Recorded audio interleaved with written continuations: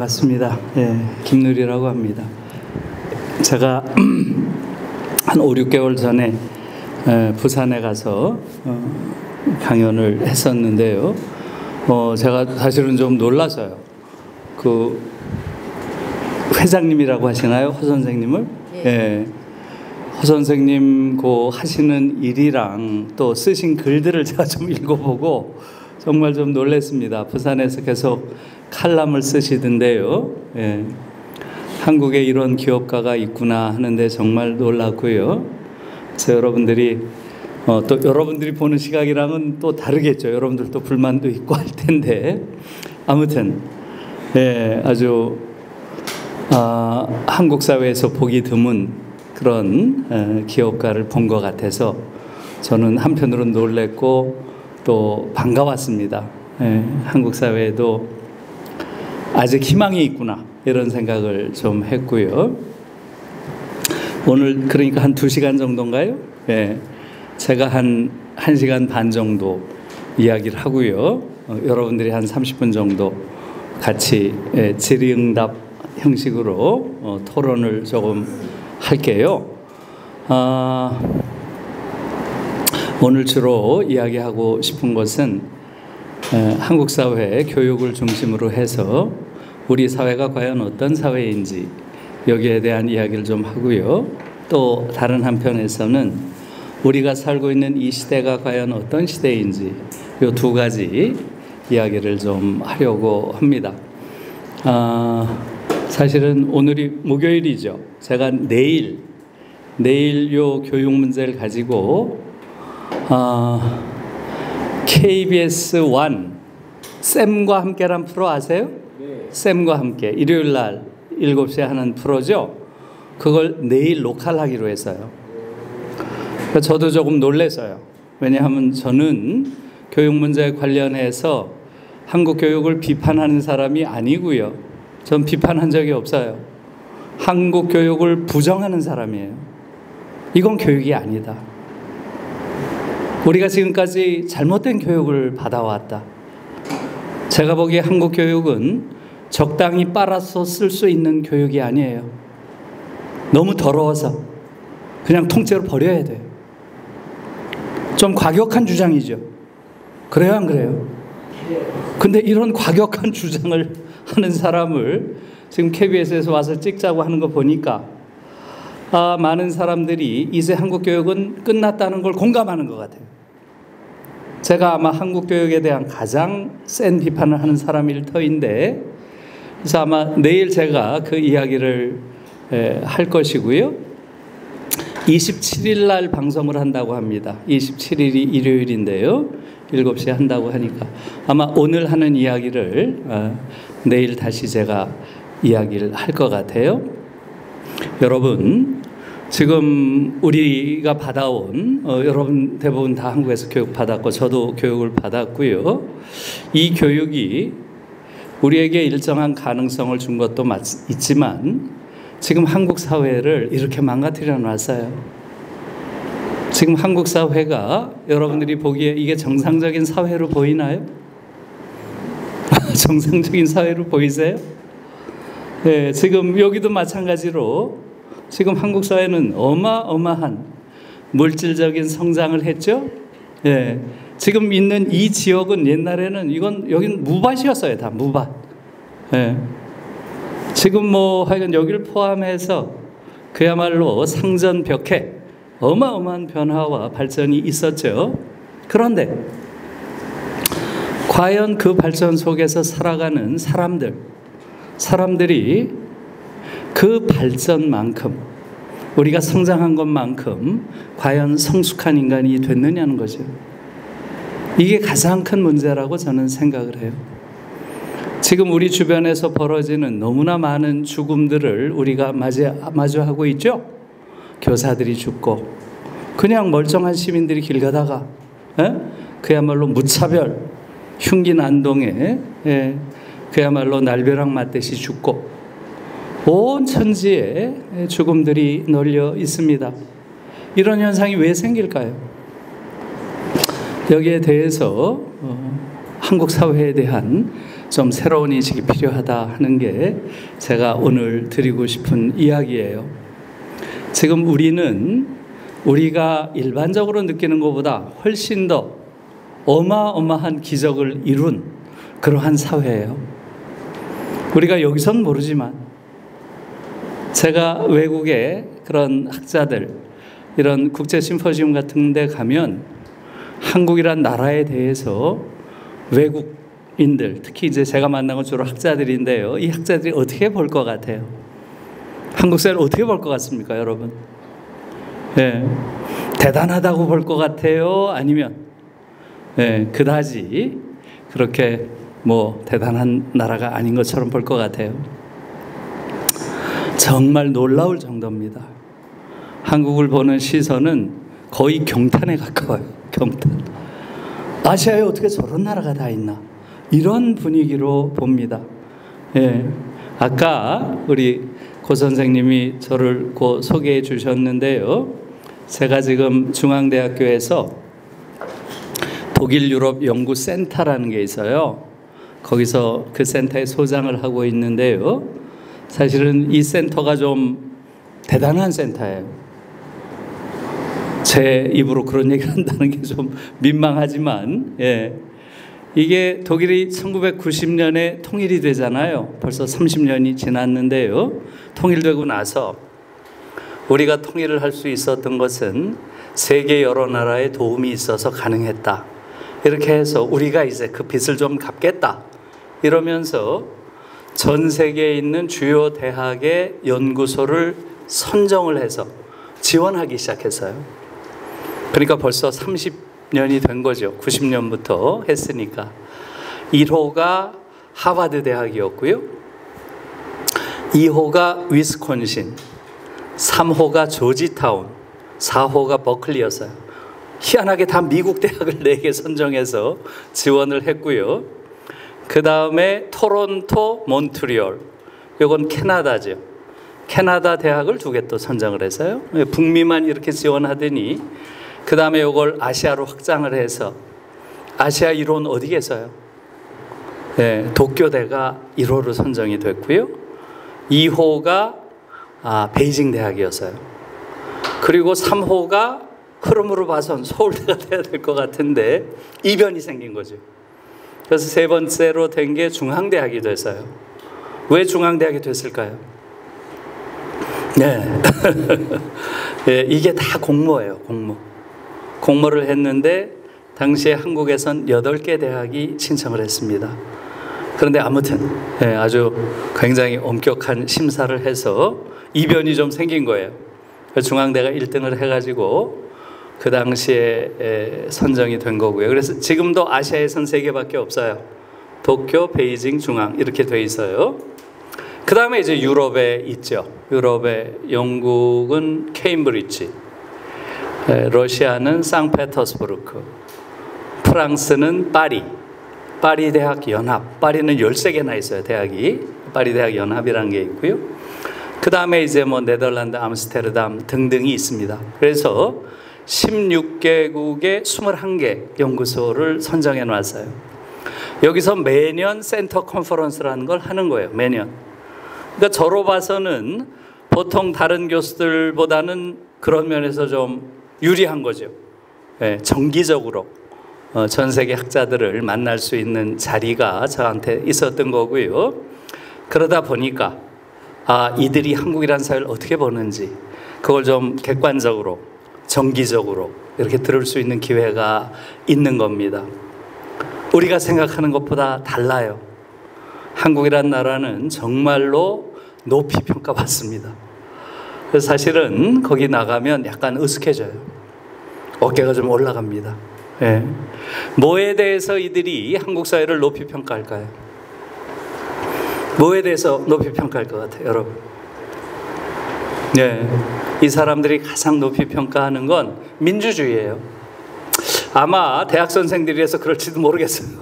거기 대부분 대학 선생들이니까. 이분들이 가장 높이 치는 건 민주주의예요. 어떻게 아시아에서 이런 민주주의를 할 수 있느냐는 거예요. 정말 높이 평가합니다. 그래서 실제로 우리는 이 안에 있기 때문에 잘 모르지만 외부에서 보면 한국의 민주주의는 정말로 경탄의 대상이 된 적이 많아요. 우리가 잘 모르죠. 실제로 2016년 12월 3일 제가 그 날짜까지 기억을 합니다. 디자이트라고 하는 독일에서 아주 가장 권위 있는 그러한 신문이에요. 거기에 이런 칼럼이 실려요. 이제 미국과 유럽은 한국에서 민주주의를 배워야 한다. 여러분 믿어지세요? 이제 미국과 유럽은 한국에서 민주주의를 배워야 한다. 그런 칼럼이 실릴 정도예요. 가장 권위 있는 신문에서. 네. 여러분 어떻게 그런 칼럼이 실렸을까요? 어떻게? 2016년의 상황을 여러분들이 조금 이렇게 복기해 보면 이해가 갈 거예요. 2016년에 우린 어떤 일이 있었나요? 광화문에서 계속 촛불을 들고 집회가 있었죠? 그 무렵이에요. 그 무렵. 그 무렵에 미국과 유럽에서는 어떤 일이 있었나요? 미국에서는 어떤 일이 있었어요? 민주주의의 참사가 있었죠? 네, 트럼프라고 하는 인물이 대통령이 됩니다. 예, 이것은 그야말로 미국 민주주의가 망했다는 걸 보여주는 거죠. 여기에 대해서 많은 사람들이 너무나 놀랐던 거예요. 어떻게 그래도 미국 민주주의가 이렇게까지 야만적인 상태로 떨어질 수가 있는가? 그걸 이제 그 이후에도 여러분들이 봤죠? 트럼프 지지자들이 어떻게 하나요? 미국 의회 쳐들어가 가지고 난장판을 놓고 때려 부시고 보셨죠? 아마 여러분들도 놀랐을 거예요. 어떻게 미국 민주주의가 이렇게까지 갈 수 있나? 유럽에서는 당시에 시리아 난민들이 막 유럽으로 몰려드니까 유럽의 극우주의자들이 막 선동을 해댔어요. 그래가지고 극우주의 정당이 유럽에서 엄청나게 막강한 힘을 얻게 돼요. 그래서 영국에서는 그런 흐름 속에서 브렉시트, 영국이 EU를 탈퇴하게 되죠. 이런 일들이 있었고요. 프랑스에서는 마린 르팽이라고 하는 극우주의자가 결선 투표까지 올라갔어요. 예, 마크롱이 다행히 저지를 해서 프랑스가 파시스트 국가가 되는 건 면했죠. 그러나 프랑스 민주주의의 위기 이런 말들이 그때 계속 있었어요. 그러니까 당시에 유럽에서는 이제 근대 민주주의는 수명을 다한 모양이다. 민주주의의 종언, end of democracy 이런 말들이 당시에 많이 나오던 때예요. 그런데 그때 어떤 일이 벌어졌나요? 유라시아 대륙의 오른쪽 끝에 있는 한반도라는 반도에서 토요일 날만 되면 어땠어요? 여러분 기억나세요? 토요일 날만 되면 사람들이 한 손에 촛불을 딱 들고 촛불을 들었다는 얘기는 뭐예요? 짱돌을 안 들었다 이런 얘기죠. 촛불을 들고 짱돌까지 들긴 힘들어요. 평화적으로 국정을 농단한 대통령을 비판을 하고 이것을 국민의 대표기관인 의회가 받아들여서 법적으로 탄핵을 하고 이것을 헌법기관인 헌법재판소가 수용을 했죠. 인용을 했습니다. 이 일련의 과정은 뭐예요? 민주주의의 정석을 보여준 거예요. 민주주의의 정석을. 여기에 대해서 전 세계가 놀란 거예요. 이제 민주주의가 다 수명을 다했다라고 민주주의의 위기가 운이되던 그런 시기에 민주주의가 그냥 버젓이 살아있다 하는 걸 우리가 보여준 거죠. 우리는 사실은 그 당시에 이것이 다른 사람에게 어떤 감동을 주리라는 거 몰랐어요. 우린 그냥 우리 일로 바빴을 뿐이죠. 그런데 제가 그 국제회의에 나가보니까 이게 어마어마한 감동을 준 거예요. 그래가지고 이 사람들은 한국 민주주의가 죽어가는 민주주의의 불씨를 살렸다. 이런 이야기들을 제가 여러 번 들었습니다. 정말 놀라운 거죠. 여러분, 누가 한국 민주주의를 가장 부러워할 것 같아요? 예, 도쿄대 교수들이 가장 부러워합니다. 도쿄대 교수들. 예, 왜 부러워하겠어요? 일본 민주주의, 저게 민주주의예요?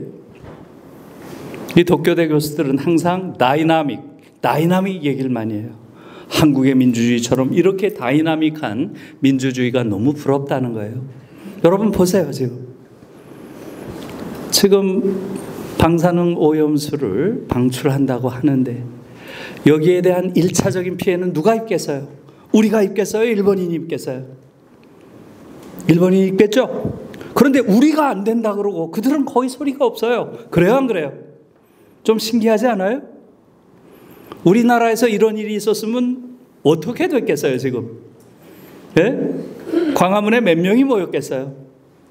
250만, 2천만이 모였을지도 몰라요. 한국에서 이런 일이 있었으면. 그렇게 다이나믹하다는 거죠, 한국 민주주의는. 일본 민주주의는 완전히 죽은 민주주의, 형식의 민주주의라는 거예요. 정말 부러워합니다, 독교대 교수들이. 중국은 어떤가요? 중국은 몇 해 전까지만 해도 베이징대 교수들이 엄청나게 그야말로 신랄한 비판했습니다. 시진핑이 중국 민주주의의 목통을 조이고 있다, 숨통을 조이고 있다, 이랬어요. 교수들을 사찰하고 심지어 교재를 검열을 한다. 세상에 이런 나라가 어디 있냐. 베이징 교수들도 굉장히 비판적이에요. 그런데 한 3년 전부터 일체 말을 안 해요. 완전히 입을 딱 닫습니다. 지금 정치적인 이야기 전혀 안 해요. 그리고 눈빛에는 두려움이 가득 서려 있어요. 그래서 저는 베이징 대학 교수들의 눈을 보면 중국 민주주의의 상태를 알 수 있어요. 지금 제가 보는 바로는 돌아가셨습니다. 돌아가신 지 오래됐어요. 그러니까 한국 민주주의가 얼마나 대단한 거예요. 거기에 대해서 여러분들이 정말로 조금 생각을 할 필요가 있습니다. 그 우리가 이룬 민주주의의 성과가 바로 한국 사회의 질적 변화와 연결되지 않는 것도 우리가 알고 있죠. 그러나 우리가 이룩한 민주주의의 성과만은 정말 놀라운 겁니다. 여러분, 30, 50 클럽이라고 들어보셨나요? 30, 50 클럽. 들어보신 분 계세요? 네, 30, 50. 못 들어보셨어요? 네, 그러면 오늘 조금 기억을 하세요. 네, 30이라고 하는 것은 1인당 국민소득이 3만 불 이상인, 3만 불 이상인 그러한 나라입니다. 요 앞에 30을 딴 거예요. 3만 불. 그 다음에 50이라고 하는 것은 뭐겠어요? 요 앞에 이렇게 딴 거죠. 인구수. 인구가 5천만이 넘는 그러한 나라입니다. 그러니까 인구가 5천만이 넘는 비교적 큰 나라겠죠? 그런 나라 중에서 1인당 국민소득이 3만 불이 넘는 나라. 그걸 30, 50 클럽이라고 합니다. 여러분, 큰 나라 중에서 잘 사는 나라겠죠? 여기에 속한 나라가 몇 개나 될까요? 몇 개나 될 것 같아요? 네, 7개밖에 안 돼요. 7개. 여러분들이 한번 생각해 보세요. 어느 나라겠어요? 네, 미국, 일본은 제일 먼저 떠오르죠? 그 다음에 독일, 영국, 프랑스, 여기까지는 쉽죠? 6번째가 어디겠어요? 6번째, 이탈리아예요. 이탈리아가 2013년에 3만 불이 넘어요. 그래서 이탈리아가 6번째 들어왔고요. 우리가 7번째로 이 말하자면 클럽에 들어갔어요. 2019년이에요. 2019년에 우리가 1인당 국민소득이 3만 불이 넘었던 거죠. 그래서 지금 전 세계 7개밖에 없어요. 전 세계. 그러니까 사실은 우리가 지금 대단한 나라가 된 거예요. 대단한 나라가. 이 30, 50 클럽은 지금 말하는 G7은 많이 들어보셨죠? G7. G7과 비교하면 어때요? 우린 지금 G7은 아닙니다. 이 G7과 거의 같아요. 딱 한 나라만 달라요. 우리 자리에 누가 들어가 있어요? 우리 자리에 누가 들어가 있어요? 딱 한 나라. 어디예요? 캐나다. 캐나다만 우리 자리에 들어가 있어요. 우리가 캐나다 자리에 들어가면 G7이에요. 캐나다는 왜 30, 50클럽이 아닐까요? 인구가 5천만이 안 되잖아요. 그래서 캐나다가 지금 30, 50클럽에 못 들어와 있는 거고요. 그래서 이 30, 50클럽이 됐다고 하는 것은 우리가 명실상부한 선진국이 됐다는 거예요. 경제적으로도 대단히 잘 산 나라가 됐다. 정말 자랑스러운 겁니다. 그런데 2019년에 우리가 30, 50클럽에 들어갔을 때, 그때 제 가까운 독일 친구가 사회학자인데 기회력이 째리란 분이 저에게 전화를 해왔어요. 내가 신문에서 한국이 30, 50클럽 들어갔다는 걸 읽었다. 정말 축하한다. 그런데 너희 나라는 나머지 6개 나라와 다른 점이 있어. 그게 뭔지 아니? 이렇게 묻더라고요. 여러분, 뭐가 다른 것 같아요? 누가 한번 맞춰보실래요? 나머지 6개 나라와 우리가 다른 점이 뭘까요? 한번 생각해 보세요. 뭐가 다를 것 같아요? 응? 뭐라고 하셨어요? 응? 분단국가. 분단국가도 다른 점이지만 독일이 또 분단의 역사가 있으니까. 그렇죠? 또 뭐가 다를까요? 예, 이렇게 얘기를 해요, 이분이. 너희 나라만 유일하게 제국주의의 과거가 없는 나라야. 제국주의의 과거. 전부 제국주의 국가인 거예요. 6개 나라가. 그래요, 안 그래요? 다른 나라를 침략해서 약탈하고 지배했던 이런 역사를 가진 나라들이죠. 우리만 그게 없는 나라예요. 우리만. 그러면서 이분은 이걸 굉장히 높이 평가해요. 너희 나라는 제국주의의 과거가 없이도 훌륭한 나라가 될 수 있다는 것을 보여주는 역사적 사례다. 너희 나라야말로 제3세계 국가의 희망의 등불 같은 그러한 존재다. 이렇게 얘기를 해요. 이 장면에서 여러분들 박수를 한번 쳐도 좋겠습니다. 네, 제가 이 이야기를 굉장히 강조해서 요즘에 많이 해요. 왜냐하면 이 중요한 것들을 지금 이 정부도 이걸 강조하지를 않고요. 대부분이 잘 몰라요. 이건 역사적 의미가 있는 겁니다. 그러니까 선생님들이 우리 아이들에게 가르칠 때 이 나라가 얼마나 대단한 나라인지 이걸 가르칠 때 이 이야기를 꼭 해주십시오. 제가 그렇게 말씀을 드립니다. 정말 자랑스러운 거예요. 지금 우리가 이룩한 이 성취들, 이것이 과거의 제국주의적 약탈을 기반으로 우리가 성장한 게 아니라는 거예요. 우리는 약탈을 당한 속에서 이걸 이룬 거예요. 오히려. 그렇지 않나요? 그런 유일한 나라예요. 정말 자랑스러운 그러한 나라라는 것 기억해야 되고요. 그러니까 지금 한국은 기적적인 나라예요. 그런 면을 특히 학자들은 잘 알기 때문에 정말 존경하는 그러한 눈으로 보고 있다는 겁니다. 사실 우리는 2019년에 스웨덴에서 있었던 그런 민주주의 다양성 연구소라는 데서 했던 평가, 민주주의 평가에서도 사실은 놀라운 평가를 받았어요. 민주주의 다양성 연구소, 이것도 처음 들어보셨죠? 네, 이건 굉장히 유명한 연구소예요. 이 연구소는 10년에 한 번씩 전 세계 모든 나라의 민주주의를 평가해서 순위를 매겨서 발표를 해요. 그게 이 연구소의 특징이에요. 순위를 매겨서. 이 순위를 매겨서 발표를 했는데 2019년에 우리가 큰 나라 중에서 1등을 했어요. 믿어지세요? 예, 이건 뭐 그냥 연구소가 아니라 가장 권위 있는 연구소인데 176개국을 조사했는데 176등은 어디 계세요? 그건 대충 금방 이렇게 되죠? 어디 계세요?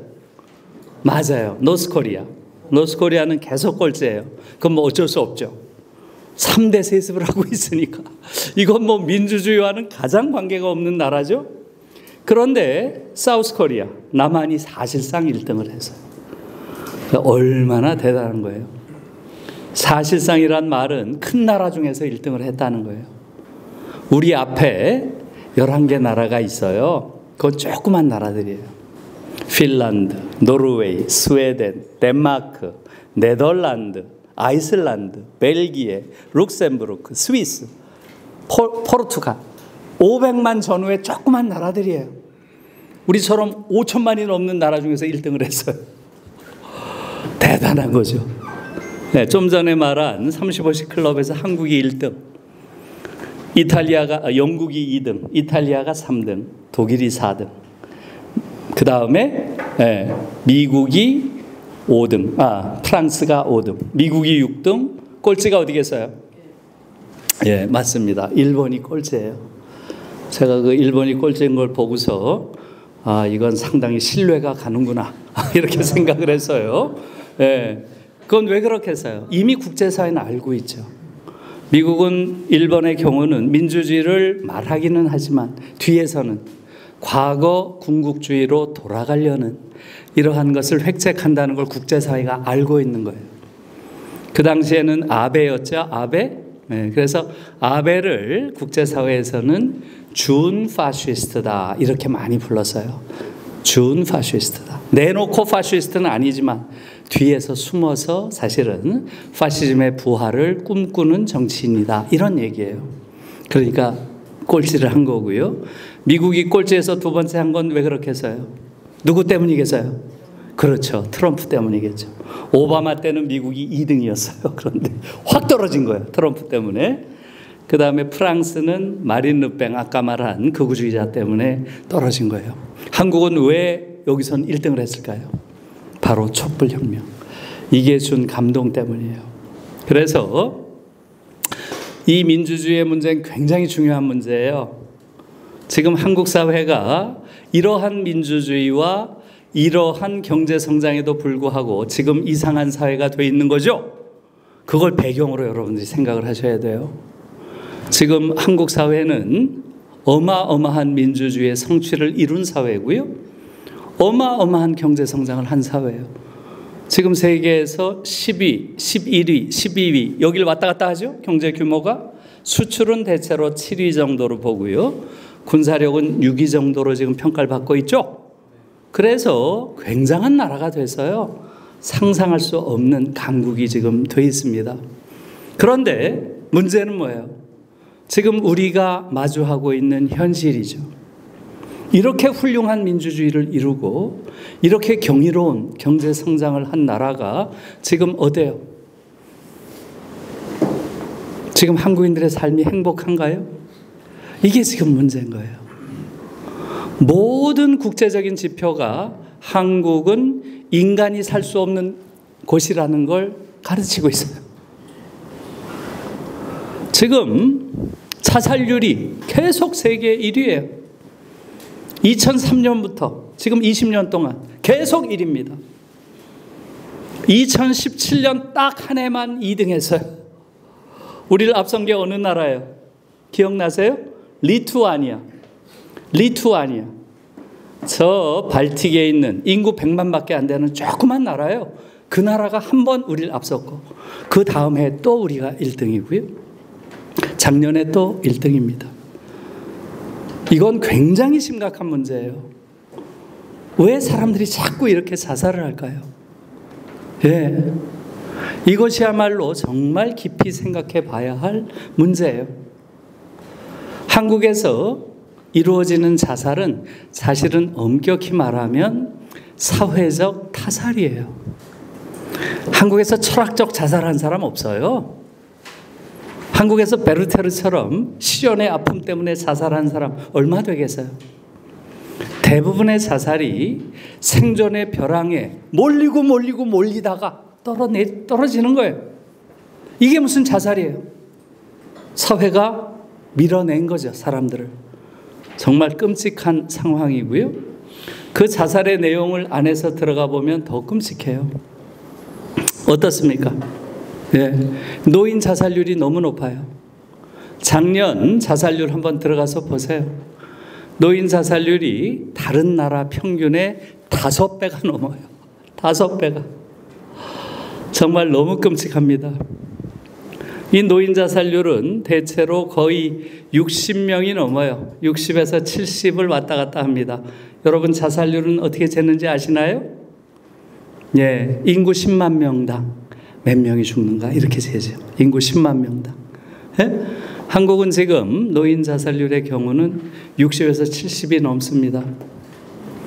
여러분 홀로코스트라고 들어보셨죠? 히틀러 때 이 나치들이 유태인들을 막 박해를 한, 학대를 한 이런 상황을 홀로코스트라고 하죠. 유태인에 대한 학살 행위, 이게 홀로코스트죠. 이 홀로코스트 시기에 유태인 노인들의 자살률보다 지금 한국 노인들의 자살률이 더 높아요. 정말 끔찍한 이야기죠. 이것이 뜻하는 것은 한국 사회의 일상은 아우슈비츠보다 끔찍하다는 거예요. 아우슈비츠에서 유태인들이 자살한 것보다 지금 한국에서 노인들이 자살하는 게 더 높아요. 자살률. 믿어지세요? 한국의 일반적인 젊은이들의 자살률도, 일반적인 한국인들의 자살률도 상상을 초월해요. 얼마 전에 나승일이라고 예일대학교 사회학과 한국인 교수가 있어요. 미국의 예일대학 아시죠? 그분이 낸 논문을 보니까 지금 한국인들의 자살률은 미국에서 소위 테러에 대한 전쟁, 이야기 많이 들었죠? 중동에 테러와의 전쟁 해서 엄청나게 많은 미국인들을 중동에 보냈죠? 테러와의 전쟁에서 귀환 병사의 자살률보다 지금 한국의 일반인들의 자살률이 더 높답니다. 믿어지세요? 대체로 전쟁터에 나갔다 돌아온 사람들은 생존자죠. 이들에게서 보통 일반적인 자살의 3배 내지 4배가 나온대요. 그런데 지금 테러와의 전쟁을 갔다가 귀환한 미국의 병사들보다 지금 한국의 일반인들의 자살률이 더 높다고 합니다. 그게 뜻하는 게 뭐겠어요? 특히 놀라운 것은 젊은이들의 자살이에요. 젊은이들의 자살. 예? 노인들은 왜 자살하나요, 여러분? 노인들은 왜 자살해요? 예, 노인들의 자살의 이유도 다 압니다. 노인 빈곤 계속 세계 1위예요. 빈곤율이. 작년에 또 1위 했어요. 작년에도. OECD 전체에서 1위입니다. 대체로 40에서 50% 사이를 왔다 갔다 해요. 한국은. 2분 중에 1분이 빈곤 상태예요. 노인들. 대체로 유럽에선 5% 내외예요. 3%에서 7% 정도를 왔다 갔다 해요. 유럽에서. 한국은 지금 2분 중에 1분이 빈곤 상태예요. 그러니까 특히 7, 80 넘은 분들의 자살이라고 하는 것은 너무너무 끔찍하죠. 아까 말한 아우슈비츠 학살 상태에 있는 홀로코스트 그 상태에 있는 유태인 자살률보다도 높다는 게 너무 끔찍하죠. 실제로는 그거보다 더 높을 거예요. 노인 자살률은 어때요? 자식들이 부모가 자살했다는 걸 부끄럽게 생각해요. 그러니까 가서 그냥 자연사했다 그래요. 대부분의 경우. 무슨 얘기인지 알겠어요? 그걸 분류할 때 자식들이 자살이라고 확인을 안 해줍니다. 아이고 이제 나이 드셔가지고 돌아가신 거죠. 이렇게 합니다. 그러니까 대체로 지금 한국에서 노인 자살률은 상상을 초월한다는 거예요. 곱하기 2 해야 된다는 사람도 많습니다. 무슨 이야기인지 이해하셨죠? 그래서 지금 노인을 사실상 죽이는 나라예요. 너무너무 끔찍합니다. 여러분, 이것은 있을 수 없는 얘기예요. 지금 이 대한민국은 지난 20세기를 돌아보면 이런 나라 자체가 없어요. 근대 사회가 경험할 수 있는 모든 정치적 비극을 하나도 빠짐없이 다 경험한 나라가 대한민국이에요. 이런 나라가 없습니다. 여러분 지난 100년을 돌아보세요. 식민의 역사를 우리가 겪었죠? 해방이 됐지만 바로 또 분단이 됐어요. 분단의 역사를 겪었죠. 이 분단이 냉전의 결과이기도 하지만 냉전을 또 가속화시켰죠. 이것이 어디로 갔어요? 내전까지 겪었어요. 우리들끼리 또 싸웠죠. 동족 간의 전쟁을 겪었어요. 그리고 나서 무려 40년 동안 독재 정권을 겪었어요. 이런 나라가 어디 있어요? 이것은 군대 국가가 경험할 수 있는 정치적 비극 전부예요. 식민의 역사, 분단의 역사, 냉전의 역사, 내전의 역사, 독재의 역사까지. 여러분, 우리나라가 얼마나 대단한 나라예요. 이런 정치적 비극을 겪어가면서 이런 민주주의를 이루고 이런 경제성장을 이룬 거예요. 대단하지 않아요? 네, 대단한 겁니다. 이걸 이룬 분들이 누군가요? 지금 대체로 70 넘으신 노인분들이에요. 이분들이 엄청난 희생이 있었습니다. 그 희생을 인정해야 돼요. 이제 그분들은 사실 이제는 인생을 돌아보면서 좀 안정적으로 평화롭게 또 조금 행복하게 노후를 즐길 권리가 있는 분들이에요. 지금 한국은 엄청나게 잘 산 나라가 돼서요. 이제는 국가가 결심을 하면 그분들에게 그러한 행복한 노후를 보장할 수 있어요. 전혀 하지 않는 거예요, 지금. 정말 어처구니 없는 국가입니다. 저는 이런 파렴치한 국가는 지구상에 없다고 봐요. 이것은 무슨 지금 정권, 전 정권 따질 게 없어요. 어떤 정권도.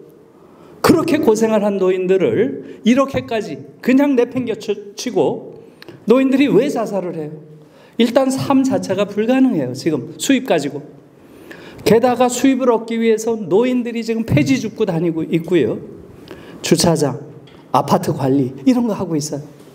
그러면서 젊은 사람들한테 엄청난 모욕을 당하고 있어요.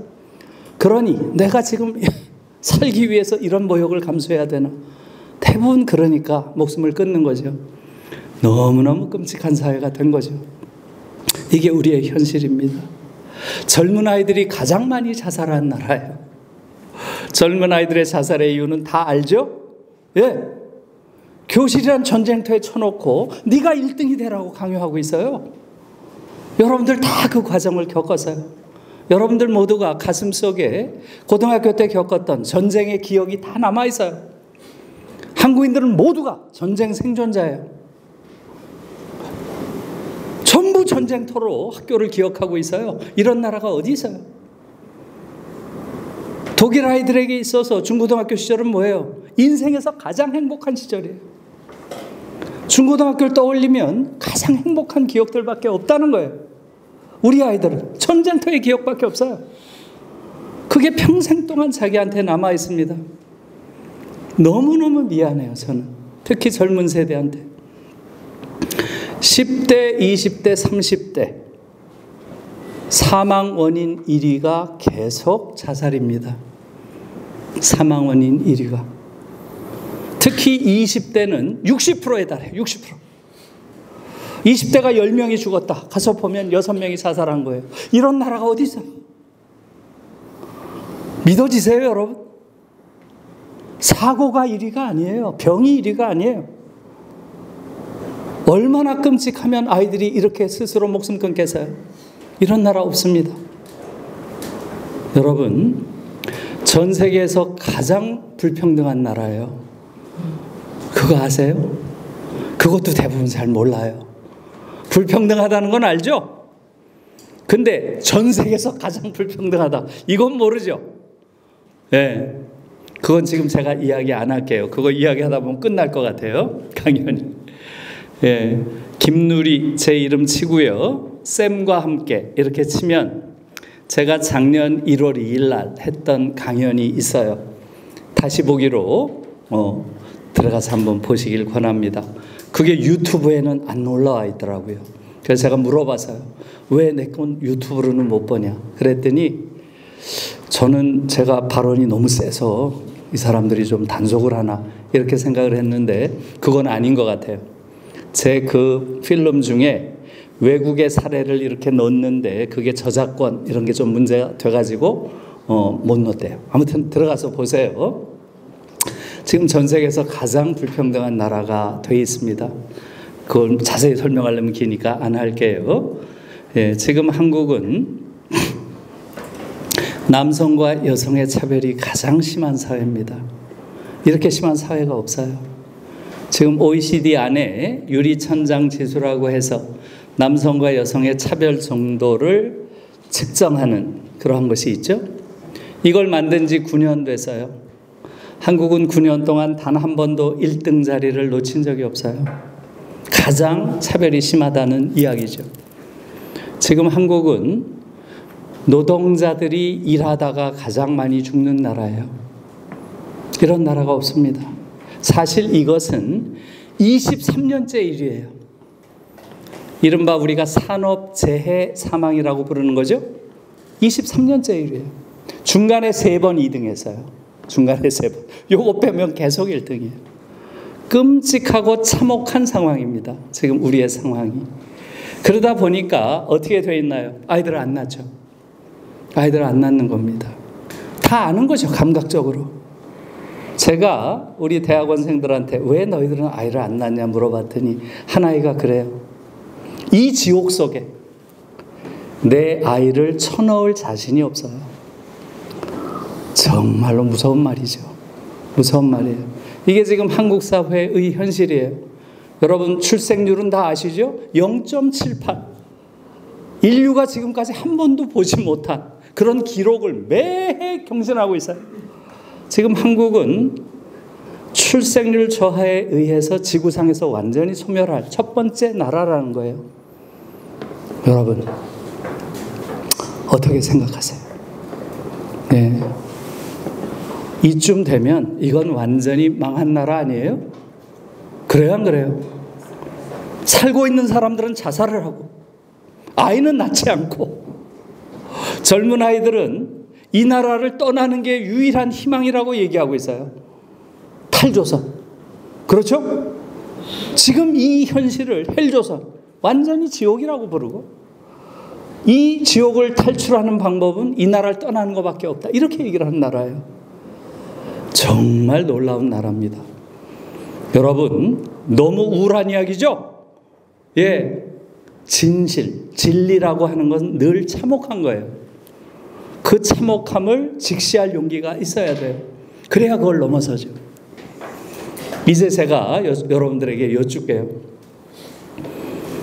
지금 제가 묘사한 한국 사회는 너무나 이해할 수 없는 사회죠. 이렇게 훌륭한 민주주의를 이루고 이렇게 경이로운 경제성장을 한 나라에서 어떻게 여기서 살고 있는 사람들은 행복하지 않을까요? 어떻게 이렇게 극단적으로 불행한 삶을 살 수가 있을까요? 그리고 어떻게 이런 사회가 유지가 될 수 있을까요? 그래요, 안 그래요? 여러분들은 어떻게 생각해요? 지금 제가 한국 사회를 묘사한 건 대체로 여러분들도 수용하세요? 맞는 것 같아요? 아니면 그건 틀렸다 이렇게 생각하세요? 대체로 제 분석에 동의하세요? 그렇다면, 만약에 동의한다면 이건 너무나 이해할 수 없는 현상이죠. 그래요, 안 그래요? 다시 말하면 지금 한국 사회는 정말 좋은 사회를 만들 수 있는 제도적, 물적 조건을 갖춘 사회예요. 사회적 유토피아를 만들 수 있는 그러한 조건을 갖춘 거죠. 제도적 조건, 민주주의, 물적 조건, 경제성장, 이걸 다 갖췄어요.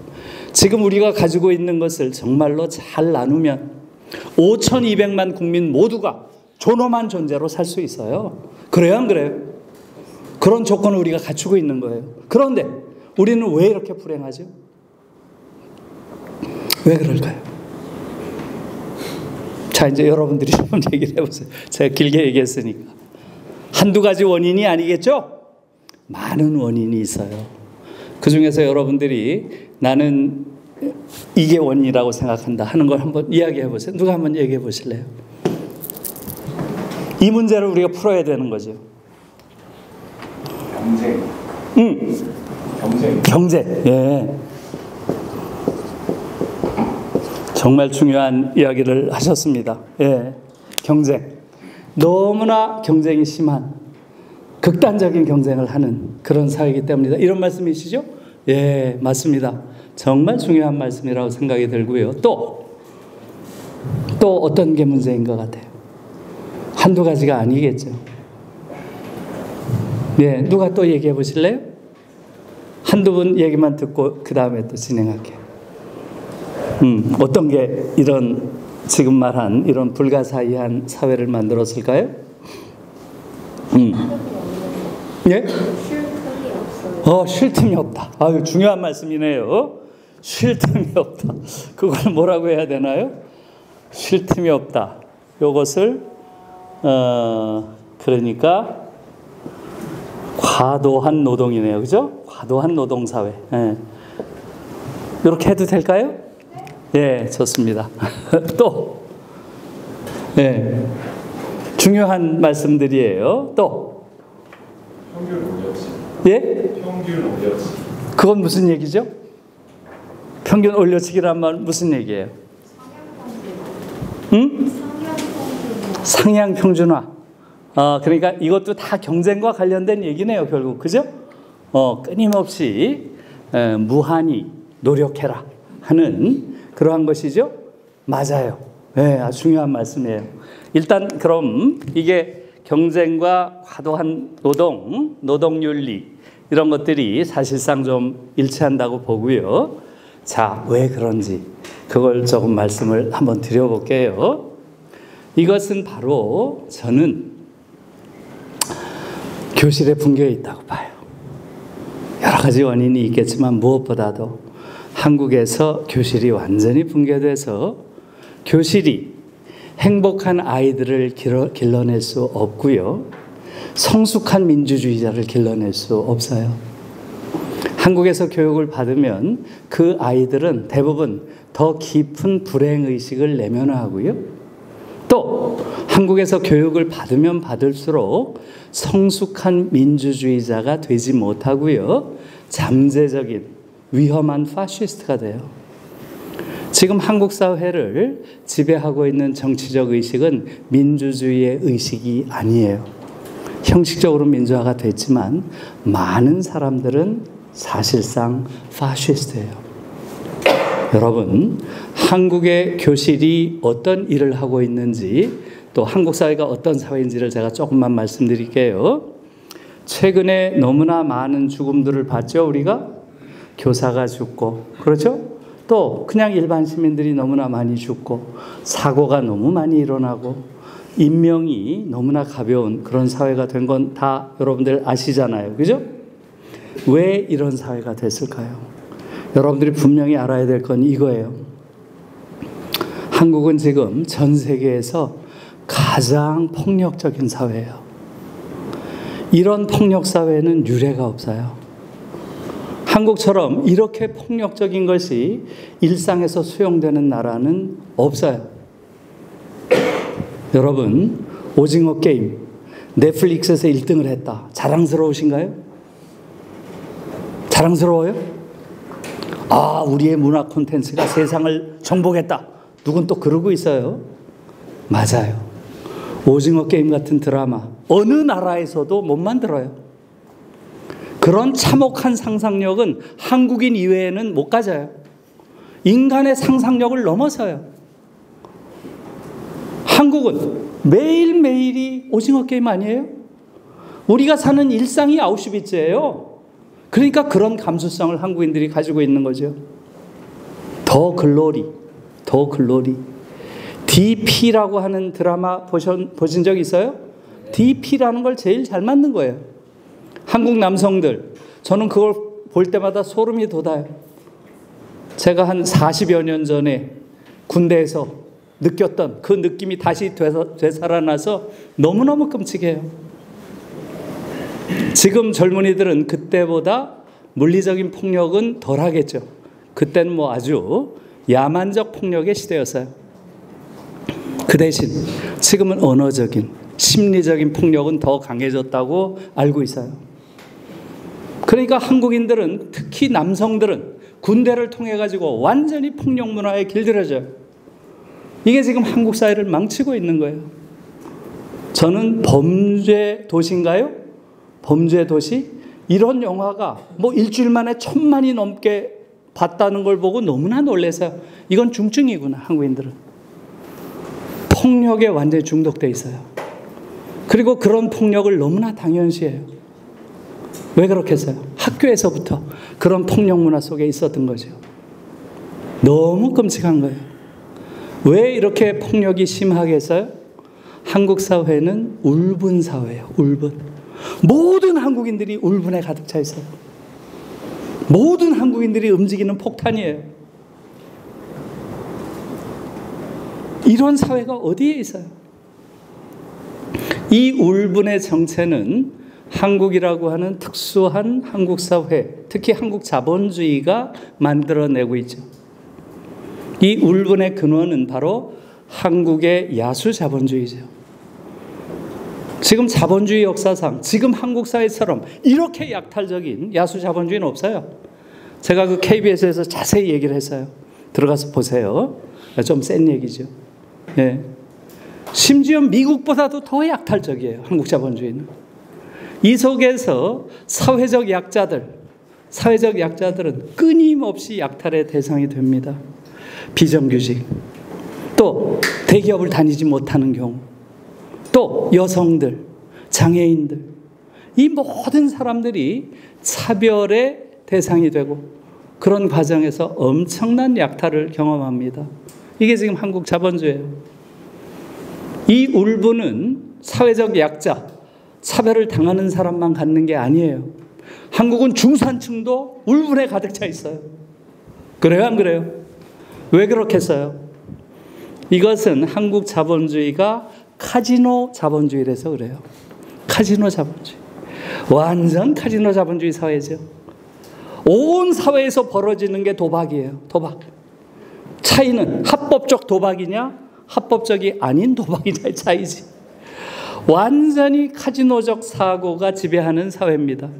초등학생부터 주식을 가르쳐야 된다고 하잖아요. 대통령까지 나서가지고. 정말 있을 수 없는 사회죠. 성실하게 노동을 해서 소득을 올리는 사람들은 오히려 경멸의 대상이 되고 있어요. 경멸의 대상. 네? 불로소득을 하는 자들, 이런 자들, 지대를 추구하는 자들이 한국 사회의 우상입니다. 이런 나라가 어디에 있어요? 어디에? 정말 이해할 수 없는 국가예요. 거기다가 부동산이나 아니면 이런 주식, 증권, 가상화폐 이런 걸로 부를 취하는, 이것이 마치 재테크라고 부르면서 대단한 합리적인 그런 재산 형성인 것처럼 끊임없이 이야기를 하고, 이런 과정에서 금융자본이 모든 걸 지배하는 그러한 지옥을 만들어놨어요. 젊은이들도 완전히 거기 포획되어 있어요. 지금 이런 사회가 어디에 있어요, 여러분? 그래서 지금 한국 사회는 이런 야수 자본주의가 사회적 약자들에 대해서 가하는 차별과 카지노 자본주의가 중산층에게 가하는 여러 가지 이런 불로소득의 행태라는 게 한국 사회를 울분 사회로 만들고 있죠. 여러분, 지금 한국 사회는 엄격하게 말하면 사회도 아니에요. 이게 무슨 사회예요? 더 엄중하게 말하면 이건 사회라고 부를 수가 없습니다. 그래서 저는 한국 사회를 사회 없는 사회 이렇게 불러요. 사회 없는 사회. Society without the social. Society without the social. 사회는 사회인데 더 소셜이 없는 사회예요. 더 소셜이 없는. 더 소셜. 사회적인 것이라는 가치가 아예 없어요. 한국. 극단적 개인주의자들이 그냥 적당히 뭉쳐있는 이런 공동체예요. 극단적 개인주의자들이 뭉쳐있는 정글이에요. 정글. 제가 그 이야기를 이런저런 강연에서 했더니 제 처가 그러더라고요. 그거는 말이 안 되는 소리다. 그것은 한국 사회를 그 극단적 개인주의자들이 모여있는 정글이라고 하는 것은 정글에 대한 모욕이다. 정글은 나름의 법칙이 있다. 정글은 나름의 질서가 있다. 정글의 법칙, 정글의 질서가 있어요. 한국은 정글만도 못하다. 제 처가 그러더라. 깜짝 놀랐어요. 예? 깜짝 놀라서. 예. 지금 한국은 이건 완전히 법칙도 없고 질서도 없고 그야말로 무정부 상태, 무법천지, 무질서의 사회, 무정부 사회. 이게 지금 한국 사회죠. 정글보다도 못한 거예요. 여러분 생각해 보세요. 정글에 가장 힘이 센 강장, 야수들도 모든 짐승을 다 잡아먹지는 않아요. 딱 가장 약한 그러한 동물은 잡아먹지 않습니다. 예? 또 조금 잡아먹고 배가 부르면 더 이상 잡아먹지 않아요. 그래요, 안 그래요? 그러나 지금 한국 사회의 강자들 보세요. 한번 보세요. 구석구석까지 다 잡아먹고 이 탐욕은 끝이 없어요. 끝이. 이건 정글만도 못한 거죠. 여러분 어떻게 생각해요? 이게 지금 한국 사회입니다. 그래서 이것은 사회도 아니다 하는 말은 제 주장이 아니고요. 여러분들이 OECD 통계를 들어가서 찾아보면 금방 알 수 있어요. OECD 통계 중에서 가장 중요한 게 바로 Social Capital이라고 하는 거죠. 사회적 자본. 사회적 자본은 뭐겠어요? 한 사회를 작동하게 하는 많은 요인들이 있겠죠? 이것을 분석해서 이 사회가 사회적 자본을 어느 정도 가지고 있는지를 수치화한 거예요. 한국은 어떤가요? OECD 38개국 중에서 붙박이 꼴찌예요. 붙박이. 이 꼴찌를 벗어난 적이 거의 없어요. 들어가서 한번 보세요. 사회적 자본에는 몇 가지가 있겠죠? 그 중에 가장 중요한 게 뭐겠어요? 예, 사회적 신뢰도입니다. 신뢰. 서로 간에 어느 정도 신뢰를 가지고 있는가? 예? 사회 구성원들 간에 또는 사회와 조직들 사이에서 어느 정도 신뢰가 형성되어 있는가? 한국 사회 어때요? 같이 살고 있는 사회적 구성원들과 어느 정도 신뢰를 맺고 있나요? 이것은 그냥 압도적 꼴찌예요. 사회적 신뢰도는 가장 높은 게 북유럽입니다. 덴마크, 네덜란드. 여긴 대체로 80%가 넘어요. 80%. 그 다음에 중부 유럽, 프랑스와 독일이 60에서 70%입니다. 한국은 15% 전후예요. 15%. 믿어지세요? 네? 미국보다도 낮아요. 미국도 30, 40%예요. 도저히 믿어지지 않는 그런 수치들입니다. 한국인들은 아무도 믿지 않는다는 거죠. 이게 무슨 사회로 존재한다는 것 자체가 기적이에요. 두 번째, 사회적 고립도. 사회적 고립도. 예? 이것 또한 1등이에요. 사회적 고립도라는 건 뭐겠어요, 여러분? 사회적 고립도라는 게. 이것은 바로 그겁니다. 내가 어려운 일에 처했을 때 내가 찾아가서 도움을 청할 만한 그러한 이웃, 지인, 친구, 친지가 있는지 이거예요. 예? 이걸 고립도라고 부릅니다. 한국은 고립도의 정도가 몇 프로일까요? 예? 이런 게 전혀 없는 사람 몇 프로일까요? 34.1%예요. 최근 조사가 34.1%. 3명 중에 한 사람이 위기에 처했을 때 가서 도움을 청할 사람이 하나도 없다는 거예요. 믿어지세요? 이게 어떻게 사회예요? 그러니까 그렇게 자살률이 높은 거예요. 위기의 순간에 가서 내 손을 잡아줄 사람이 하나도 없는 사람이 100명 중에 34명이라는 이게 믿어지세요? 이건 이미 사회라고 볼 수가 없는 거죠. 여러분, 사회적 해체 정도 이것도 1위입니다. 사회적 해체. 이건 사회라고 부를 수가 없어요. 모든 관계가 지금 해체되어 있어요. 이것은 제가 어제 그제 신광영 교수라고 한국에서 제가 제일 존경하는 사회학자예요. 이분이 그 얘기를 하더라고요. 지금 한국 사회는 이거 사회라고 도저히 부를 수가 없다. 이렇게 모든 관계가 해체된 이런 사회는 역사상 없다고 얘기를 해요. 여러분 생각해 보세요. 모든 관계가 해체된 조직이라는 거예요. 직장 안에서는 고용 관계가 완전히 해체됐고, 그러니까 직장 안에서 일하는 사람들도 고용 속에서 가졌던 신뢰관계가 다 깨졌다는 거예요. 가정 안에서는 가족 관계가 다 깨져가지고 여러분 아시다시피 1인 가족 비율이 가장 높은 나라인 거 아시죠? 또 부부 사이의 부부관계도 다 깨져가지고 지금 이혼율이 계속 가장 높은 수준이래요. 한국이. 모든 관계가 깨진 거예요. 네? 이런 사회가 어디 있어요? 사실 이 이야기는 너무 좀 가슴 아픈 이야기죠? 답답한 이야기예요. 왜 이런 끔찍한 현실이 생겼을까요? 왜? 바로 교실의 붕괴입니다.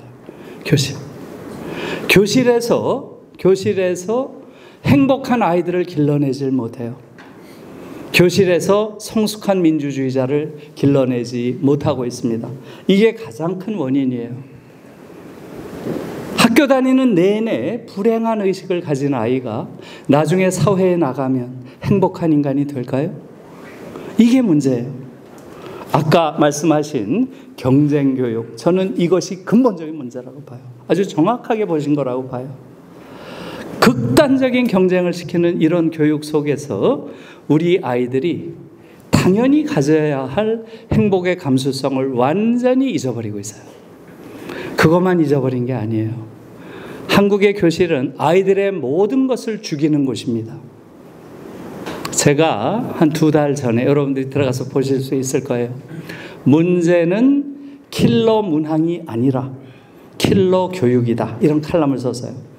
제 이름 치고 킬러 교육 치면 나올 거예요. 네? 지금 대통령이 무슨 이상한 소리 했죠? 킬러 문항을 뭐 해야 된다. 그건 0.01% 아이들의 얘기예요. 지금 한국 교육의 문제는 교육이 아이들을 죽이고 있다는 거죠. 교육이라는 게 뭐예요, 여러분? 교육이라는 게. education이라는 게 뭐예요? education. 애라는 게 밖으로의 뜻이고요. news라는 게 끈다는 뜻이에요. 끈다는. 그러니까 풀의 의미예요. 풀. education이란 말은 그 말 자체가 pull out입니다. 어원이 pull out. 그러니까 뭐예요? 끌어낸다. 이 안에 지금 많은 게 들어있어요. 모든 인간은 자신만의 고유한 무언가가 여기 들어있어요. 교육은 이거 끌어내는 거예요. 끌어내는 거예요. 한국의 교육은 어때요, 여러분? 끌어내는 건 관심도 없어요. 이 안에 뭐가 들어있는지 관심도 없어요. 그냥 죽은 지식을 쳐넣는 걸 교육이라고 해요. 이걸 그냥 잘 받아먹는 그 어리석은 아이들을 똑똑하다 그래요. 그런 아이들이 스카이 가는 거예요. 그러니까 저런 엉터리 엘리트들이 지배하는 거예요. 이게 지금 한국 사회의 문제예요. 이 정도 경제 규모가 된 나라에서 학문 분야 노벨상이 하나도 없는 그런 나라 한국밖에 없어요. 왜 그렇겠어요? 죽은 지식을 낼름낼름 받아먹는 데 익숙한 아이들, 가장 어리석은 아이들이 가장 엘리트 행세를 해요. 그런 나라가 어디에 있어요? 이게 지금 한국 교육의 가장 큰 문제예요. 그래서 에듀케이션의 원래 의미, 모든 인간이 고유하게 가지고 있는 그런 특성, 경향, 취향, 천재성, 재능 이런 걸 끄집어내는 게 교육인데 여러분들 그런 교육을 받아본 적 있어요? 교사들이 여러분 머릿속에 뭐가 들어있는지 관심을 보인 적 있어요? 아예 없어요. 그리고 교사들이 그러한 능력을 끄집어낼 관심만 없는 게 아니고 능력도 없죠. 그거는 고도의 능력이 있어야 되는 거예요. 보이지 않는 고유한 잠재력을 어떻게 끌어내겠어요? 그건 고도의 훈련이 필요한 거예요. 한국 교사는 그걸 해낼 수 있는 역량을 가진 교사가 없습니다. 왜? 교사 양성 과정이 잘못된 거죠. 그건 또 긴 얘기예요. 왜 그렇게 해야 되는지. 그래서 아무튼 첫 번째로 한국의 교육은 지금 말한 대로 개인의 잠재력을 끌어내는 게 교육인데 한국의 교육은 아예 관심이 없어요. 아예. 네? 그래서 너무나 개성 없는 인간들이 나오는 겁니다. 지금 한국인들처럼 이렇게 개성 없는 인간들이 사는 이런 사회 없어요. 부끄럽습니다. 여러분, 제가 한 2달, 3달 전에 서울대에서 강연을 했어요. 강연이 끝나고 나서 서울대 기초교육 원장이랑 제가 저녁을 먹으면서 여러 가지 이야기를 했는데 너무나 놀라서요. 기초교육원이라는 게 뭔지 잘 모르죠. 서울대만 유별나게 교양을 기초교육원이라고 그래요. 교양학부를. 네? 기초교원장이 다른 대학 같으면 교양학부장에 해당되는 자리예요. 중요한 자리죠. 서울대에서 개설되는 모든 교양 과목을 관장하는 자리예요. 이분이 저한테 그래요. 자기는 사명감을 가지고 아주 좋은 교양 과목을 개설하려고 노력을 하는데 도저히 그게 불가능하다. 그러면서 이렇게 얘기를 해요. 지금 서울대 교양 과목 중에서 가장 인기 있는 과목이 뭔 줄 아냐? 이렇게 물어요. 뭘 것 같아요?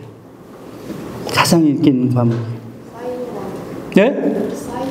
사이버? 사이버나 이런 것들. 예. 또, 예, 그건 아니었고요. 예. 뭐일 것 같아요? 가장 인기 있는 과목이? 주식. 예. 주식도 아니었고요. 예. 뭘까요? 응? 심리. 심리도 뭐 인기는 있지만 가장 인기 있는 건 아니래요. 뭐겠어요? 예, 수학이랍니다. 수학. 수학이 지금 가장 아이들이 몰린대요. 왜 수학에 몰릴까요? 예? 예, 답도 있지만 왜 수학에 몰리겠어요? 특히 자연대, 공대 아이들이 수학을 대학 들어와서 한답니다. 왜? 반수하려고. 의대 가려고 수학을 한다는 거예요. 충격을 받았어요, 제가. 충격을. 서울대 아이들의 500명 이상이 학교를 관둔답니다. 그 중에 70%가 공대와 자연대래요. 서울대에서 자퇴를 하는 아이들의 70%가 공대와 자연대랍니다. 얘들은 의대, 다른 대학의 의대로 다음 해에 옮겨간답니다. 여러분 믿어지세요? 정말 어처구니가 없는 일이에요. 우리가 서울공대에 들어갔다 그러면 사람들이 다 어이구 네가 훌륭한 엔지니어가 되겠구나, 기대가 많다, 다 그럴 거 아니에요. 에?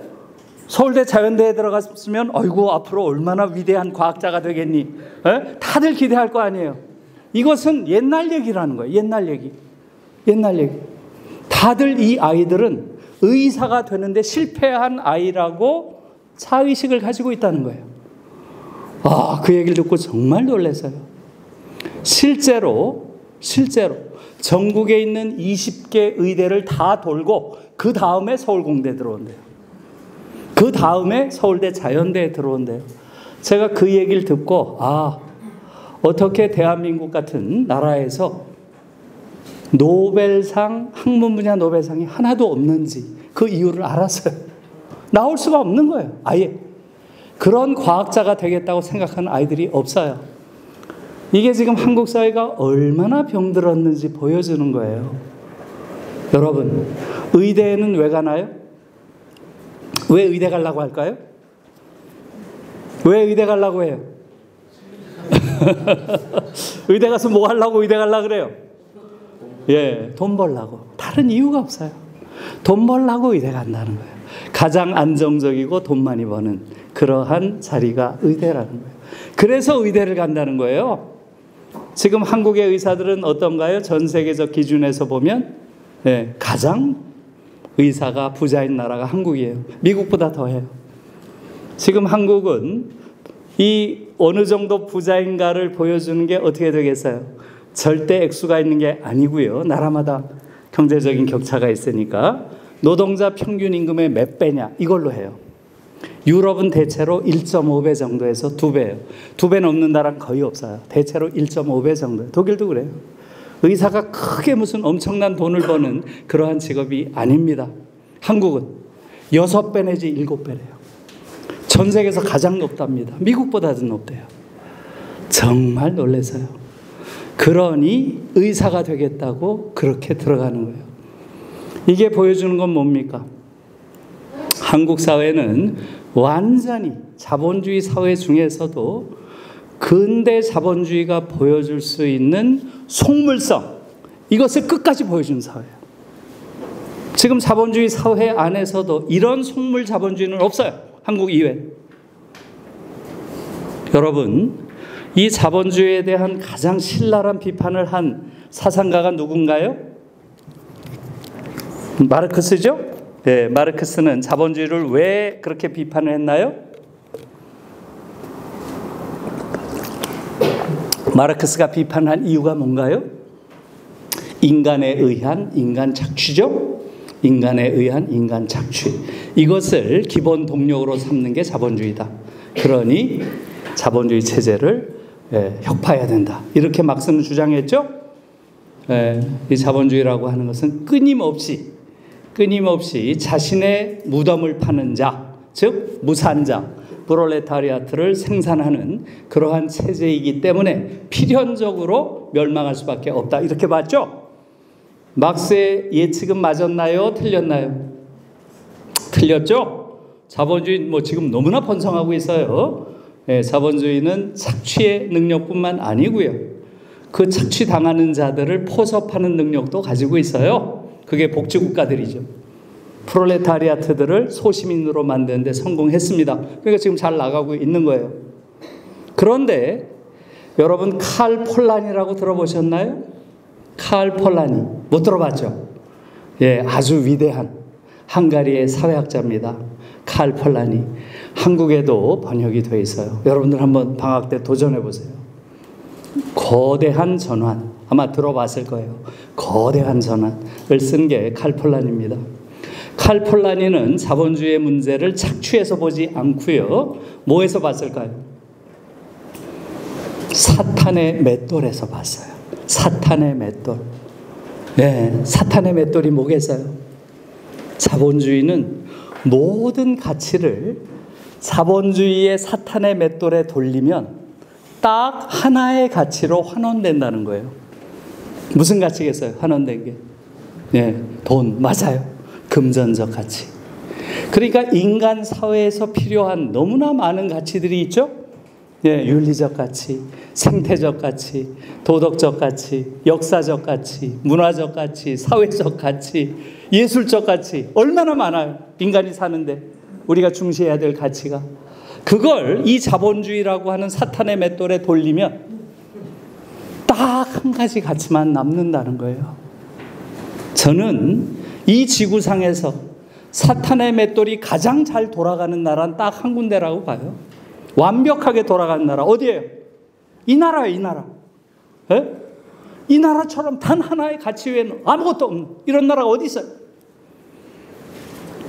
이것이 너무 끔찍한 거예요. 지금 한국 사회에. 단순히 불평등을 만드는 것이 아니라 개성 있는 인간이 하나도 없는 이런 나라가 어디에 있어요?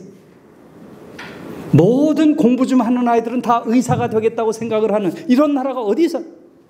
그 아이들 하나하나가 그렇게 개성이 없는 이런 사회가 어디에 있냐는 거죠. 그 아이들도 너무 불쌍한 거예요. 그래서 아마 여러분들도 주변에 행복한 의사를 거의 본 적이 없을 거예요. 제 주변에 의사 친구들 많아요. 그 중에 행복한 아이를 본 적이 없어요. 대체로 부인이 행복하죠. 너무너무 불쌍해요. 걔들도 희생자예요. 걔들도.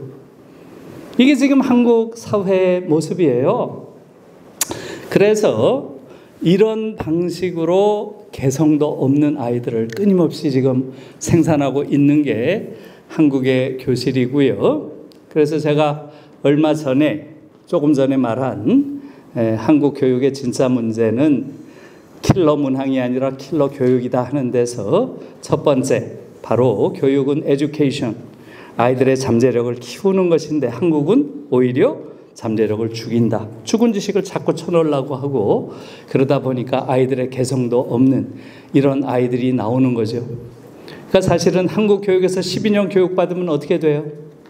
아이들이 본래 가지고 있었던 정말로 반짝반짝하는 개성과 고유성들이 완전히 사라지고 완전히 연탄 공장에서 연탄 찍어내듯이 아무런 개성이 없는 표준화된 그런 아이들이 기어 나와요. 맞박의 유일하게 차이점은 뭐예요? 영어 몇 점, 수학 몇 점. 이게 유일한 차이예요. 어떻게 이런 초라한 아이들을 우리가 키워올 수가 있어요? 이게 지금 한국 교육의 현실입니다. 두 번째, 교육이 길러야 할 가장 중요한 것은 뭐겠어요? 바로 dignity, dignocracy 이겁니다. 이거보다 더 중요한 건 없어요. dignity, 존엄성. 인간 존엄에 대한 감수성을 기르는 것, 이것보다 교육에서 더 중요한 건 없어요. 학교를 다니면서 내가 얼마나 존귀한 존재고 얼마나 귀한 존재인지를 늘 깨닫게 하는 것. 다시 말하면 자신의 존엄성을 자각하고, 그렇기 때문에 타인에 대해서도 존엄성을 존중하는 감수성, 이걸 키워주는 게 가장 중요한 교육이에요. 어느 나라에서나 바로 존엄 교육이라는 게 그걸 뜻하는 거예요. 그래서 12년 동안 학교를 졸업하고 나오면 어떻게 돼요? 자기가 얼마나 존엄한 존재인지 그걸 확실하게 자각을 하고, 다른 사람도 얼마나 존엄한 존재인지 그걸 존중하고 인정하는 이러한 인간이 되는 거죠. 그럼 그 사회가 어떤 사회가 되겠어요? 바로 존엄이 사회적 가치로 깔려있는 사회가 되는 거죠. 자, 한국 교육 어때요?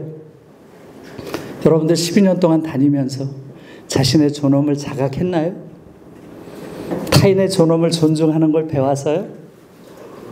원래 인간이 가지고 있었던 자연스러운 존엄의 감수성조차도 12년 동안 한국 교실을 다니면 다 유린돼. 다 짓밟아버려요. 학교를 졸업할 때쯤 되면은 너무나 끔찍한 아이들이 돼서 나옵니다. 이게 지금 한국 교실의 그러한 잔혹한 모습이에요.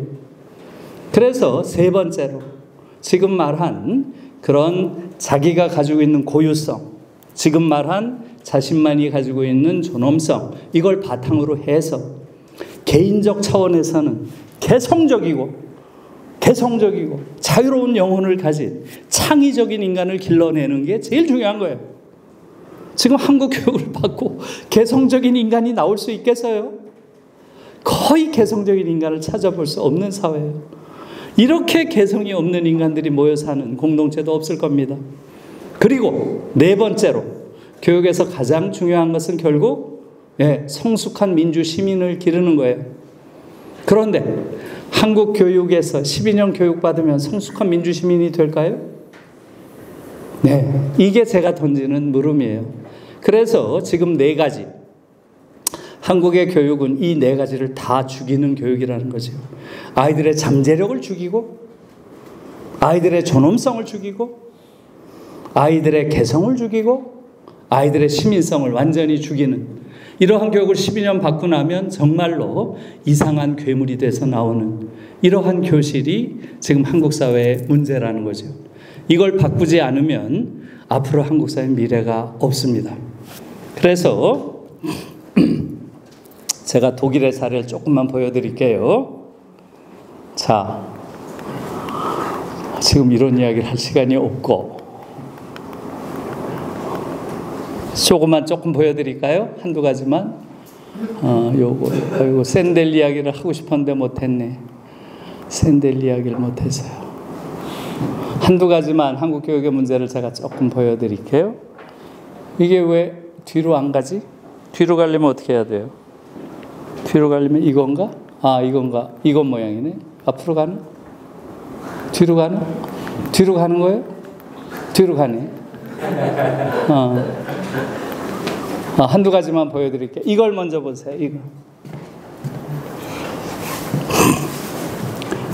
저게 지금 한국 교육의 아주 너무나 심각한 문제 중에 하나예요. 대학에 들어가는 가장 중요한 시험을 기계가 채점하는 유일한 나라예요. 이건 특히 선진국에서는 어느 나라에서도 상상할 수 없는 거예요. 기계가 채점한 나라가 어디 있어요? 정말 어처구니가 없는 겁니다. 여러분, 기계가 채점한다는 얘기는 뭐예요? 기계가 채점한다는 게 뜻하는 건 뭐예요? 정답이 있다. 답이 정해져 있다. 그렇죠? 여러분, 정답이 있는 걸 왜 알아야 돼요? 네이버에 물어보면 다 아는데 그걸 왜 알아야 돼요? 정답을 묻는 이러한 시험을 보는 나라는 없어요. 그러면 어떻게 보겠어요? 독일이나 프랑스나 이런 데선 어떻게 시험을 보겠어요? 너는 어떻게 생각하니? 이걸 물어봐요. 뭘 딱 주고 여기에 대해서 네 생각을 써봐. 전부 그거지. 정답이 뭐니? 이렇게 묻는 시험은 어디에도 없어요. 한국에선 여러분들이 네 생각이 뭐니? 이런 시험을 본 적이 있어요? 그게 없기 때문에 한국인들은 자기 생각이 없어요. 이게 지금 치명적인 거예요, 한국인들에게. 이게 노벨상이 없는 이유이기도 해요. 스스로 사유하는 힘이 없어요, 한국인들은. 그걸 묻지 않으니까. 프랑스나 독일의 경우는 모든 시험이 다 너는 어떻게 생각하냐고 묻는 것들이에요. 그래서 제가 시간이 있으면 이걸 좀 돌려서 보여드리고 싶은데, 속에 있는 걸, 아이고, 시간이 지금 별로 없어서 그래도 한번 보여드릴게요. 요거를 이쪽으로 한번 돌려보세요. 저쪽으로 쭉. 속에 독일의 김나지움 고등학교 졸업시험, 대학에 가기 위한 시험이 저건데요. 그 문제인데, 대체로 이런 거예요. 저기 나온 거는 예를 들어서, 이것은 1933년 요셉 괴벨스가 언론협회에서 한 연설문이다. 연설문을 딱 줘요. 비판적으로 분석하라. 그리고 5시간. 300분을 줘요. 300분. 여러분 300분 쓰겠어요? 네? 이게 얘들 문제예요. 역사 문제가. 대부분 다 교사들이 그런 문제를 내고요. 교사들이 채점합니다. 한국에서는 그건 있을 수 없는 얘기죠. 교사를 불신하잖아요. 교사가 채점할 능력도 없어요. 그런 주관식 문제를. 그러니까 지금 고작 한다는 게 전부 마킹을 하는 거예요. 그래서 지금 저 논문, 이 논문을 쓰신 선생님이 배지혜 선생님인데 정말 대단한 분이에요. 저기 송파 초등학교 교사예요. 학교를 휴직하고 5년 동안 독일의 하이델베르크 대학에서 박사를 하고 왔어요. 주로 이 문제를 가지고. 그래서 이 배지혜 선생이 하는 말이 이거예요. 교수님, 저는 정말 이해할 수가 없어요. 지금 전 세계에서 자기 생각을 한 줄도 안 쓰고 대학에 들어갈 수 있는 나라는 아마 한국밖에 없을 거예요. 그러더라고요. 자기 생각 하나도 안 쓰고 찍찍찍찍 마킹을 하고. 그런 나라가 어디 있어요? 얘들은 300분, 5시간을 주고 자기 생각을 쓰게 합니다. 그러니까 어떻게 써요? 평소에 무지무지하게 읽습니다. 그러니까 얘들 고등학생들이랑 한국 고등학생은 대화가 안 돼요. 왜 대화가 안 되겠어요? 너무 무지하니까. 책을 읽는 아이들이 없잖아요. 자기 생각을 가진 아이가 아예 없어요. 대학에서도 없어요. 그러니까 가장 무식한 아이들이에요. 지금 한국 아이들이. 이게 지금 우리 교육이, 이런 교육이 만들어낸 결과입니다. 이런 교육. 네? 그래서 이제 이런 교육이 바뀌어야 된다는 거죠. 아무튼 이거 굉장히 중요한 얘기예요. 기계가 채점하는 이런 교육을. 이것도 봐요. 이것도 유일하잖아요. 대학 들어가는 시험을 상대평가한 나라가 어디 있어요? 일정한 수준이 딱 되면은 다 통과를 하는 거지. 전부 1등부터 54만 등까지 줄을 세우는 이런 나라가 어디 있어요? 정말 야만적인 나라인 거죠. 그러다 보니까 모든 한국인들이 너무나 조바심에 떨고 전부 모두가 불안해요. 시험 문제 푸는 것도 짧은 시간을 주고 어느 놈이 빨리 푸나. 이게 무슨 짓이에요? 젊은 아이들이 다 불안 상태, 초급증에 빠져 있어요. 이것도 이런 잘못된 문제와 관련이 있는 거죠. 얘들은 좀 전에 그 문제를 5시간을 준다는 거 한번 생각해 보세요. 네? 우리와는 너무나 다른 아이들이 자랄 수밖에 없는 거죠. 자, 그래서 아무튼 뭐 여러 가지 이야기했지만 제가 요것을 교육 이야기할 때 많이 보여주는데요. 독일의 아이들 같은 경우는 요게 2020년 9월 20일 날 시위를 하는 사진이에요. 베를린에서 있었던 시위 사진인데요. 이게 무엇에 대한 시위일까요? 이 당시에 2020년 9월 초에 시리아 난민들이 그리스 수용소에서 15,000명 정도가 수용돼 있었어요. 15,000명. 거기에 대해서 독일 정부가 제일 먼저 손을 내밀었어요. 우리가 그 수용돼 있는, 그 당시에 화재가 납니다. 그 수용소에 화재가 나서 이 난민들이 갈 곳이 없어진 거예요. 비참한 생활을 하고 있었습니다. 그때 제일 먼저 손을 내민 게 독일 정부였어요. 독일 정부에서 우리가 요 난민들 중에서 2,700명을 먼저 받겠다. 이렇게 발표를 합니다. 그리고 나서 이틀 후에 독일의 40개 도시에서 수만 명의 시위대가 이렇게 나온 거예요. 이건 그 중에서 베를린이겠죠? 왜 나왔을까요? 정부의 정책에 반대하려고, 항의하려고 나왔겠죠? 뭐에 항의했을까요? 뭐에 항의했을 것 같아요? 2,700명 받지 말고 더 받아야 돼. 맞습니다. 예. 왜 2,700명을 받느냐? 전원 수용해라. 나머지 아이들은 어떡하냐? 전원 수용해라. 여기 나온 게 그런 얘기입니다. 라거 에바쿠이렌. 라거라는 게 여러분 라거 비어 잘 아시죠? 그 라거예요. 그 라거. 독일의 맥주를 라거 비어라고 많이 하죠? 들어보셨죠? 예, 라거라는 게 창고입니다. 창고에서 숙성한 맥주다. 그래서 라거 비어라고 해요. 이렇게 창고처럼 생긴 수용소. 이것도 라거라고 하고요. 에바쿠이렌은 비운다는 거죠. evacuate. 수용소를 다 비워라. 멘셴비어디게 운터브링우. 인간 존엄에 걸맞은 주거지를 제공해라. Wir haben Platz. 우리가 장소 많다. We have place예요. We have place. 이렇게 써놨어요. 그러고 나온 거예요. 예, 사실은 제가 이걸 신문에서 보는데 정말 소름이 돋았어요. 아, 저는 이런 인간들은 멸종된 줄 알았어요. 사실은. 이런 인간들이 아직 남아있다는 게 너무 신기했어요.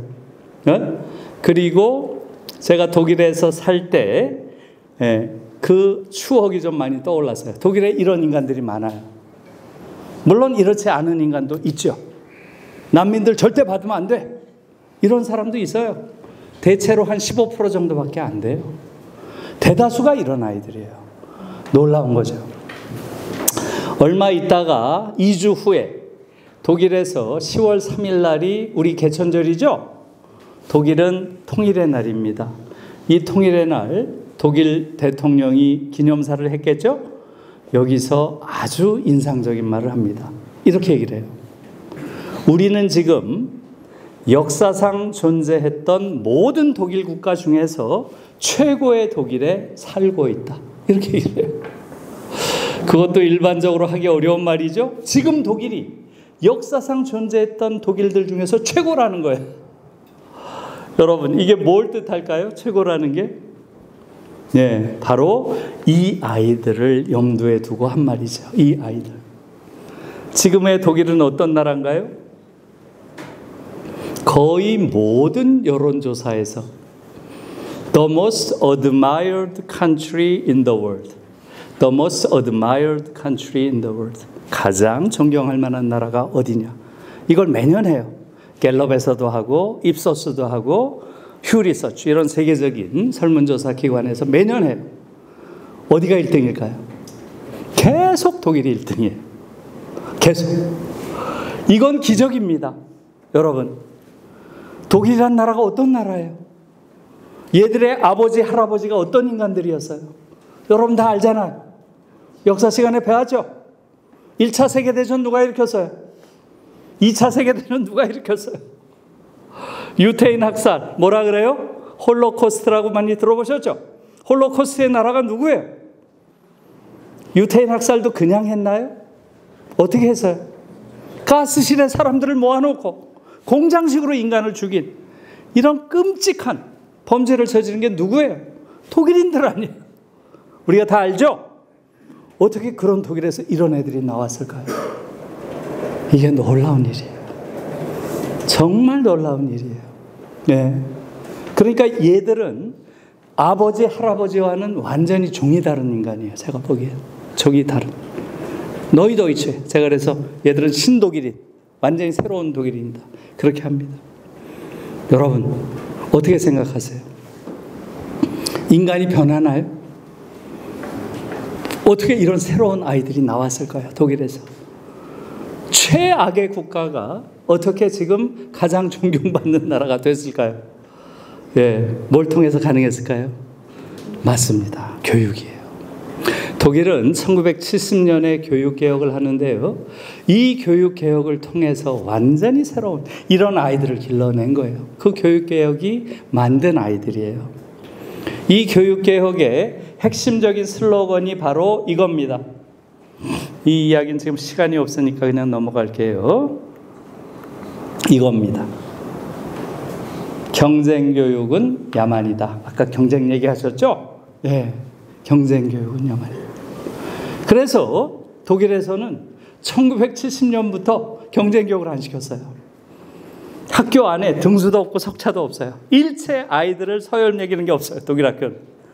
그리고 학교 간의 경쟁도 없어요. 학교 간에. 대학 입학 시험도 없어요.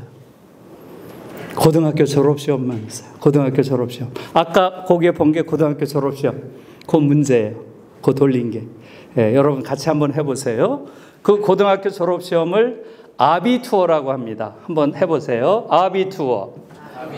아비투어. 오늘 독일어 하나 배워가세요. 아비투어. 예, 같이 해보세요. 아비투어. 예, 이게 고등학교 졸업시험이에요.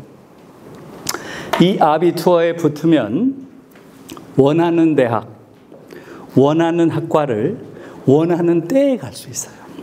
심지어 다 열어놓은 거예요. 다. 예? 원하는 대학, 원하는 학과를 원하는 때에 가요. 그러니까 자기가 원하는 대로 다 모든 걸 할 수 있게 열어놓은 거죠. 그래요, 안 그래요? 정말 놀라운 거예요. 그러면 이 아비투어가 어렵겠죠? 예? 어떨 것 같아요? 얼마나 붙을까요? 90%가 붙어요. 90%가. 제가 지난번에 어느 방송에서 여러분 다니엘 린데만이라고 들어보셨나요?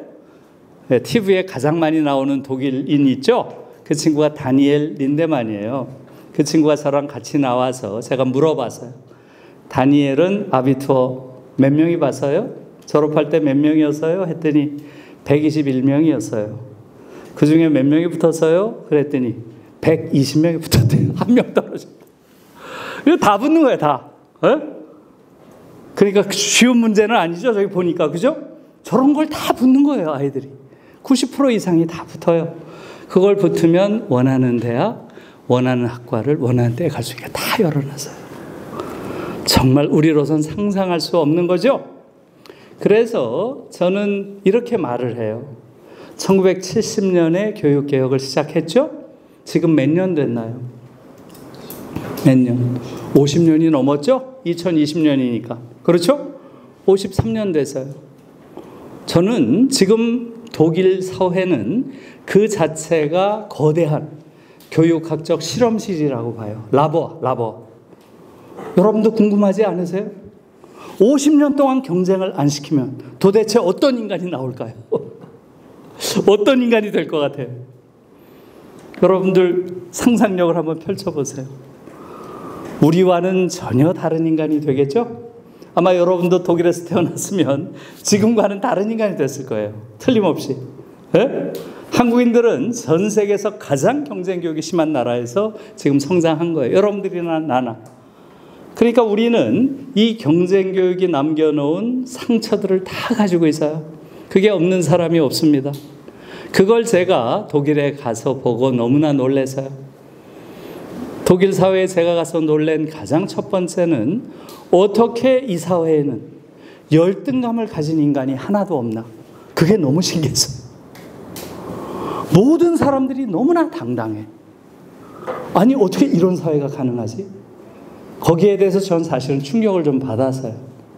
무슨 일을 하든 간에 자기가 하는 일에 이렇게 자부심이 있고 자의식이 강한 이런 시민들이 사는 사회가 도대체 어떻게 가능한가, 이런 생각을 했어요. 왜 그렇겠어요, 여러분? 저는 한국에서 열등감이 없는 사람을 본 적이 없어요. 여러분들은 혹시 본 적 있나요? 한국에서는 열등감이 없는 사람이 없어요. 사실은 한국 사회에서 잘 나간다고 하는 엘리트들일수록 열등감은 더 심합니다. 저도 판검사하는 친구들 많아요. 얘네들 뭐라 그래? 한 2차 때까지는 그런 말 안 해요. 한 3차쯤 가면 슬슬 이야기를 합니다. 누리야, 내가 실력이 없어서 서울지검에 못 간 거 아니야? 알지? 이래요. 아니 서울지검에 꼭 가야 돼요? 제주지검에 있으면 안 되나요? 청주지검에 있으면 안 돼요? 한국인들은 항상 자기 위에 뭐가 있고 자기 밑에 뭐가 있다고 생각을 해요. 대학 교수도 똑같아요. 대학 교수도. 에? 야, 내가 실력이 없어서 서울대 못 간 거 아니야? 아니, 중대에 있으면 안 되나요? 한국인들은 모든 걸 위계적 질서 안에 서열 속에서 생각을 해요. 왜 그럴까요? 왜 그럴까요? 학교 다닐 때부터 늘 너는 몇 등, 너는 몇 등 이걸 해와서 그런 거예요. 우리도 모르게 항상 서열 체제 속에 자기를 끼워 넣어요. 그러니까 열등감이 있죠. 제가 최근에 들은 얘기로는 이분이 경기고등학교, 지금 70이 넘은 분인데 이분이 최근에 동창회에 갔다 오고 나서 너무 놀랬다는 거예요. 자기가 동창회에 갔더니 아, 네가 한동주야? 맞아. 네가 2학년 때 중간고사 7등 했지? 이러더래요. 70 넘은 노인들이. 아, 이게 한국 사회예요. 고등학교 때 몇 등 한 게 평생 자기의 정체성이 되는 이런 빈곤한 사회가 지금도 한국 사회예요. 그러니까 다 열등감을 가지고 있죠. 여러분, 저는 사실은 독일에서 오만한 엘리트도 본 적이 없어요. 여러분, 한국 사회에서 오만하지 않은 엘리트를 본 적 있나요? 본 적 있어요? 본 적 있으면 저한테 좀 알려주세요. 지금 한국 사회처럼 이렇게 미성숙하고 오만한 엘리트들이 지배하는 나라는 지구상에 없어요. 어느 나라도 부패한 엘리트는 있습니다. 부패한 엘리트가 없는 나라는 없어요.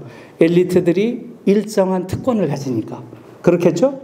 그러나 지금 한국 사회처럼 이렇게 파렴치한 엘리트들이 지배하는 나라는 지구상에 없어요. 모든 엘리트들이 파렴치해요. 아까 제가 의사 얘기 잠깐 했죠? 의사들, 판검사들, 이들 한번 보세요. 이들의 파렴치함.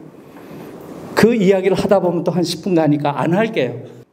그래서 지금 한국 사회는 이 교실이라고 하는 전쟁터가 사람들을 완전히 망가뜨려 놓는 곳이에요. 독일 사회에서 저는 오만한 엘리트를 본 적이 없어요. 지금 시간이 없어서 제가 마이클 샌델의 이야기를 지금 할 시간은 안 될 것 같아요. 이 얘기를 꼭 해야 되는데 이 책이 정말 좋은 책이에요. 여러분들이 이 책을 읽어보시면 한국 사회가 왜 이렇게 엉망진창인 사회가 됐는지를 금방 이해할 거예요. 샌델은 물론 이 책에서 미국을 대상으로 분석하고 있지만 미국은 한국 사회와 똑같아요. 이걸 읽어보면 미국 얘기가 아니라 한국 얘기를 하고 있구나 하는 걸 여러분들이 알 수 있어요. 꼭 한번 읽어보기를 권하는데 여기서 샌델의 이야기의 핵심은 이겁니다. 번역을 잘못했어요. 번역을.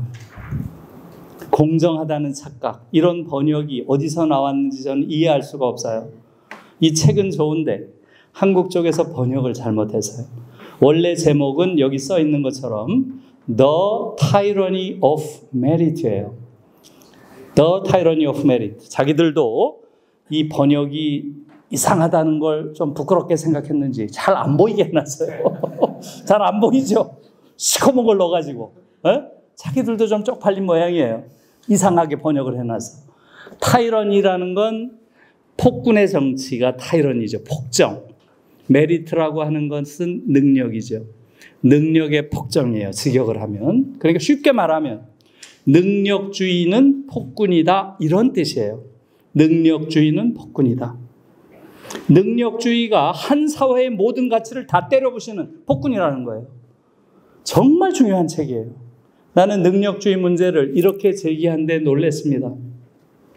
이 책을 마이클 샌델은 지금 하버드 대학의 정치학과 교수인 거 아시죠? 네, 정의란 무엇인가, 그걸 썼죠. 우리나라에서 많이 주목을 받았습니다. 왜 마이클 샌델이 이 책을 썼을까요? 그 책을 쓴 이유는 분명합니다. 뭐예요? 도널드 트럼프. 어떻게 미국 사회가 이렇게까지 야만 사회가 될 수 있는가? 도널드 트럼프 시기에 막 의사당 때려부시고 하는 거 다 봤죠? 그걸 보고 트럼프도 충격을 받은 거예요. 트럼프가 아니라 샌델도. 그리고 자기가 하버드 대학 정치학과 교수니까 당연히 미국 사회의 이러한 야만성은 어디서 왔는지 분석을 해야 되겠죠. 그렇죠? 그 분석의 결과가 이 책이에요. 미국 사회가 이렇게 야만 사회가 된 것은 바로 능력주의 경쟁교육이 미국 사회를 다 때려부셨다, 이렇게 본 거예요. 그게 굉장히 중요한 책이에요. 결국은 미국 사회에서 오늘날 트럼프 같은 저런 현상이 생긴 것은 미국 사회가 한쪽에서는 소수 엘리트들의 끝없는 오만하기 이를 데 없는 한쪽의 엘리트들이 있고요. 또 다른 쪽에서는 평생 굴욕감을 안고 사는 그러한 대중들로 미국 사회가 완전히 쪼개져 버렸다는 거예요. 소수 엘리트들의 오만과 대다수 대중들의 굴욕감, 이것으로 미국 사회가 완전히 갈라져 있다. 그것이 트럼프 현상의 원인이라는 거예요. 그래서 이 책에서는 이렇게 쓰고 있습니다. 능력주의 사회에서 저학력 백인 노동자들이 느끼는 굴욕감과 분노가 계급적 증오보다 더 컸다. 이게 트럼프 현상에 대한 진단이에요. 그게 무슨 얘기예요? 미국 사회에서 항상 특히 저학력 백인 노동자들은 70% 이상이 민주당을 찍었어요. 민주당. 계급적으로 민주당이 자기들 편이라고 생각한 거죠. 그런데 트럼프가 될 때는 완전히 역전된 거예요. 특히 저학력 백인 노동자들의 70%가 트럼프를 찍은 거예요. 여기서 역전돼 버린 거예요. 당시에 힐러리죠? 왜 트럼프를 찍었을까? 그걸 분석한 거예요. 그거. 결국은 굴욕감을 느끼는 대중들, 특히 저학력 백인 노동자들이 결국 트럼프를 통해서 오만한 엘리트들을 징벌했다는 거예요. 그게 트럼프 현상의 핵심이라는 거죠. 그래서 제가 이 얘기를 지금 자세히 할 수는 없고요. 이 능력주의라고 하는 게 사실상 미국 사회를 어마어마한 현대판 세습 귀족정으로 만들었다는 거예요. 미국의 엘리트들이 누군가요? 주로 아이비리그를 나온 하버드, 예일, 프린스턴, 그 다음에 동부 지역의 스탠포드, MIT, 여기 나온 친구들이에요. 이 친구들이 미국 사회를 완전히 지배하는데 이들이 지배하는 그러한 근거는 뭐예요? 바로 능력주의라는 거죠. 미국에서 능력은 뭐겠어요? 어느 대학 나왔는가? 지금 말한 요 6개, 7개 정도의 대학을 나온 아이들이 완전히 미국 사회를 지금 지배한다는 거예요. 네? 그들에 대한 분노, 그것이 트럼프를 만들었다는 겁니다. 그래서 이러한 류의 능력주의를 비판하고 있어요. 여러분, 능력주의가 뭐 나쁜 게 아닌데 왜 비판을 하지? 이렇게 생각이 되죠? 긴 얘기예요. 여기 여러 가지 이야기가 있는데 제가 그걸 자세히 말씀드릴 수는 없고요. 한 가지만 말씀드릴게요. 그런 대학 나온 아이들을 능력 있는 자라고 한다면 그런 대학을 나온 아이들은 어떤 아이냐는 거죠. 그런 대학에 다니는 아이들은 똑똑한 애들인가요? 정말 능력이 있나요? 아니면 아버지가 부자인가요? 여기선 바로 그거 분석하고 있는 거예요. 하버드 대학 들어온 아이들이 누구냐는 거예요. 얘들이 계급적으로. 그걸 분석했어요. 네? 그래서 여기서 하는 말은 상위 1% 경제적으로 속하는 집안의 자식과 하위 50%에 속하는 집안의 자식, 누가 많이 들어올까요? 아이비리그에 1%, 50%. 1%가 훨씬 많이 들어온다는 거예요. 또 이렇게도 했어요. 상위 1%에 속하는 집안의 자식과 하위 20%에 속하는 집안의 자식이 아이비리그에 들어올 가능성 몇 배 차이가 날까? 이렇게도 했어요. 몇 배 차이 날까요? 1%와 20%. 몇 배 차이 날까요? 77배 차이가 난답니다. 그러면서 미국에서 그러한 특권층의 지배, 기득권의 지배를 정당화하는 능력주의라는 건 완전히 사기라는 거예요. 이것은 능력주의라는 이름으로 미국 사회를 지배하는 기득권들을 정당화시켜주고 그 기득권을 유지시켜주고 심지어 세습시키는 현대판 세습 귀족정으로 미국 정치를 완전히 퇴행시킨 게 능력주의다. 이렇게 주장을 하고 있어요. 여러분 어떻게 생각해요? 한국은 다른가요? 똑같습니다. 그래서 제가 지금 한국에서 대학 서열 제재를 없애야 된다고 주장을 계속 해왔어요. 샌델이 똑같은 얘기를 하더라고요. 한때는 한국의 소위 대학의 서열이라고 하는 게 한국에서 중산층 또 하위층, 하층 계급의 가난한 수재들이 자신을 사회적으로 관찰하는 사회적 사다리 기능을 한 적이 있어요, 한국에서. 지금은 더 이상 아니라는 거죠. 지금은 샌델이 지금 분석한 것처럼 똑같습니다. 사실상 기득권을 유지시켜주고 정당화시켜주고 심지어 세습시키는 사회적 기구로 완전히 타락했다는 거예요. 그래서 이것을 바꿔야 된다는 게 샌델 교수의 이 내용인데 저는 이걸 보고 좀 놀라서요. 제 주장과 너무나 똑같아서. 제가 먼저 주장했어요. 제가 먼저 주장하길 잘했죠. 이 책을 보고 정말 놀라서요. 제 강연을 본 적도 없을 텐데 어떻게 똑같은 주장을 할 수 있을까? 아무튼 그렇게 해서 지금 독일 같은 경우는 결국은 50년 동안 경쟁을 시키지 않으니까 전 세계에서 가장 성숙한 이러한 민주시민들이 돼서요. 그리고 그 안에 있는 아이들은 어때요? 가장 행복하게 살고 있는 거예요. 왜? 자기가 하고 싶은 걸 하니까. 학교에서 각 개인이 가지고 있는 잠재력을 잘 발견을 해서 그걸 끌어내 주니까 그 아이들은 바로 그걸 평생 자기의 직업으로 하는 거예요. 그리고 직업 간의 격차, 임금 격차가 거의 없습니다. 거기서도 의사가 많이 받지만 많이 받아봐야 1.5배 정도예요. 의사와 교사 거의 차이 없습니다. 대부분의 일자리에 큰 격차가 없어요. 그리고 모두가 뭘 해요? 다 자기가 그 일을 함으로써 행복감을 느끼는 바로 그 일을 하는 거예요. 그러니까 잘하겠죠. 그러니까 사회적인 합리성이 가장 고도로 올라간 사회가 되겠죠. 그래서 경쟁을 시키지 않음으로써 그런 사회를 만든 거죠. 아이고, 시간이 진짜 많이 갔네. 제가 5분 내로 정리를 할게요. 예. 한국은 어떻습니까? 독일과 다르죠? 독일과 다르죠? 어떻게 다른가요? 어느 정도 다를까요? 예. 지구상에서 가장 독일과 다른 나라가 한국이에요. 가장. 독일은 가장 경쟁을 부정적으로 보는 나라인 거 보셨죠? 한국은 지구상에서 경쟁이 가장 심한 나라예요. 프랑스의 르몽드지가 한국 교육을 집중적으로 취재한 적이 있어요. 그들이 내린 결론은 이겁니다. 한국의 학생들은 전 세계에서 가장 불행한 아이들이다. 왜냐하면 한국의 교육은 가장 경쟁적이고 가장 고통을 주는 교육이기 때문이다. 이래서 제가 그걸 보고 너무나 놀라서요.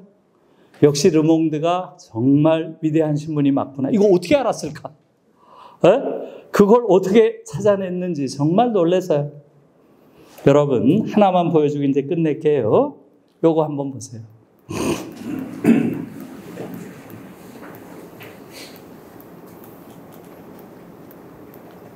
아이고, 요거예요.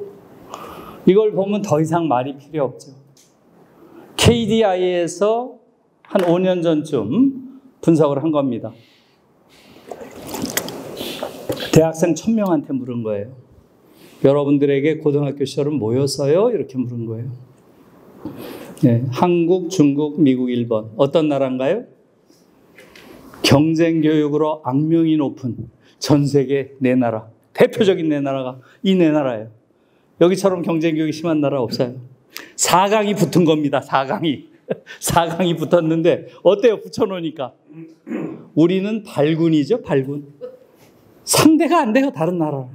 저는 이 정도일 줄 몰랐어요. 저는 한국과 중국, 미국이 좀 비슷하지 않을까 이렇게 생각했어요. 일본은 이미 경쟁교육 안 시킨 지 오래됐다고 합니다. 그래서 일본은 상당히 적으리라고 예상했고요. 한국, 중국, 미국은 비슷할 줄 알았어요. 그런데 아니죠. 우리가 거의 81%가 전쟁터라고 얘기했고요. 미국과 일본은 어때요? 우리의 딱 절반이죠. 40%. 그러니까 우리가 얼마나 끔찍한 세상으로 우리 아이들을 지금 몰아넣고 있는 거예요. 이게 전쟁터니까 어때요, 여러분? 전쟁터니까 딱 두 부류의 인간밖에 없는 거죠? 누구겠어요? 그렇죠. 승자냐, 패자냐. 이거밖에 없어요. 한국 사회에서. 승자들은 어때요? 자기가 누리는 모든 부와 권력은 다 내가 잘나서 누리는 거예요. 내가. 내가 이 전쟁터에서 노력해서 이겨가지고 내가 쟁취한 나의 전리품이에요. 그러니 여기 누가 들어와? 아무도 못 들어와. 이러고 앉아있는 거예요. 네? 지금 한국은 OECD 국가 중에서 의사수가 가장 적은 거 여러분 아세요? 19년 동안 의사수를 단 한 명도 못 늘린 나라예요. 한 명도. 코로나 기간에도 한 명도 못 늘렸어요.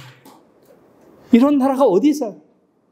OECD 국가 중에서 변호사 수가 가장 적은 나라입니다. 못 늘려요. 얘들이 이러고 앉아 있어가지고. 이건 내가 이룬 건데 어디 여길 기어들어와. 이러고 앉아 있어요. 오만한 엘리트들이 성체를 완전히 쌓아놓고 있는 이런 나라입니다. 99%가 자기를 패자라고 느껴요. 한국 교육을 받은 사람들이. 네? 이들은 20대에 이미 열등감, 패배감, 무력감, 좌절감, 심지어 절망감을 느끼고 있어요. 20도 되기 전에 아이들이 이런 불행의식에 쌓여있는 나라에서 어떻게 미래가 있겠어요? 아까 말한 그 많은 불행의 지표들은 바로 여기서 오는 거죠. 교실에서. 그래서 제가 지금 요 도표를 한번 아까 말한 다니엘 린데만한테 보여준 적이 있어요. 미래 수업이라는 그 방송에 나와가지고. 그래서 물어봤어요. 다니엘은 이 세 가지 중에 고등학교 시절이 뭐였어요? 이렇게 물었어요. 그랬더니 이 친구 뭐라 그래요? 여기 없어요. 그럼 뭐였어요? 그랬더니 이 친구 말이 뭐예요? 나에게 있어서 고등학교 시절은 하루하루가 뭐라 그래요? 파티였어요. 매일이 파티였대. 아, 그래가지고 제가 순간적으로 정말 목이 잠겨가지고 말이 안 나왔어요. 우리 아이들은 전쟁터에 있다는데 아무리 그래도 파티였다 그러면 돼요? 그래서 야, 이 다니엘이라는 친구가 진짜 센스가 없구나. 그렇게 느꼈어요, 제가. 그러나 정직하구나. 어? 독일 아이들의 경우는 정말로 중고등학교 시절이 매일매일이 파티예요. 매일매일. 경쟁을 시키지 않을 뿐만 아니라 정말 아이들이 원하는 것을 어떻게 충족시켜주느냐. 이게 교육이에요. 매일 영화 보러 다니고 연극 보러 다니고 오케스트라 들으러 다니고 여행 다니고 연애하고 연애. 15세 전후한 아이들에게 연애보다 더 위대한 사업이 있나요? 있어요? 그때 연애를 해봐야 되는 거예요. 아마 여기도 해본 분이 있고 안 해본 분이 있는 것 같아요. 그때 연애를 해본 사람만 휴머니스트가 되는 거예요. 한 인간을 깊이 사랑해본 그런 경험이 있어야 보편적인 인류를 사랑하는 거죠. 네? 정말 중요한 거예요. 아까 말한 것처럼 엄청나게 독설합니다. 여러분 생각해 보세요. 인생에 있어서 가장 예민한 감수성을 가진 콧돌의 아이들이, 가장 왕성한 지적 호기심을 가지고 있는 그 아이들이 어떻게 해요?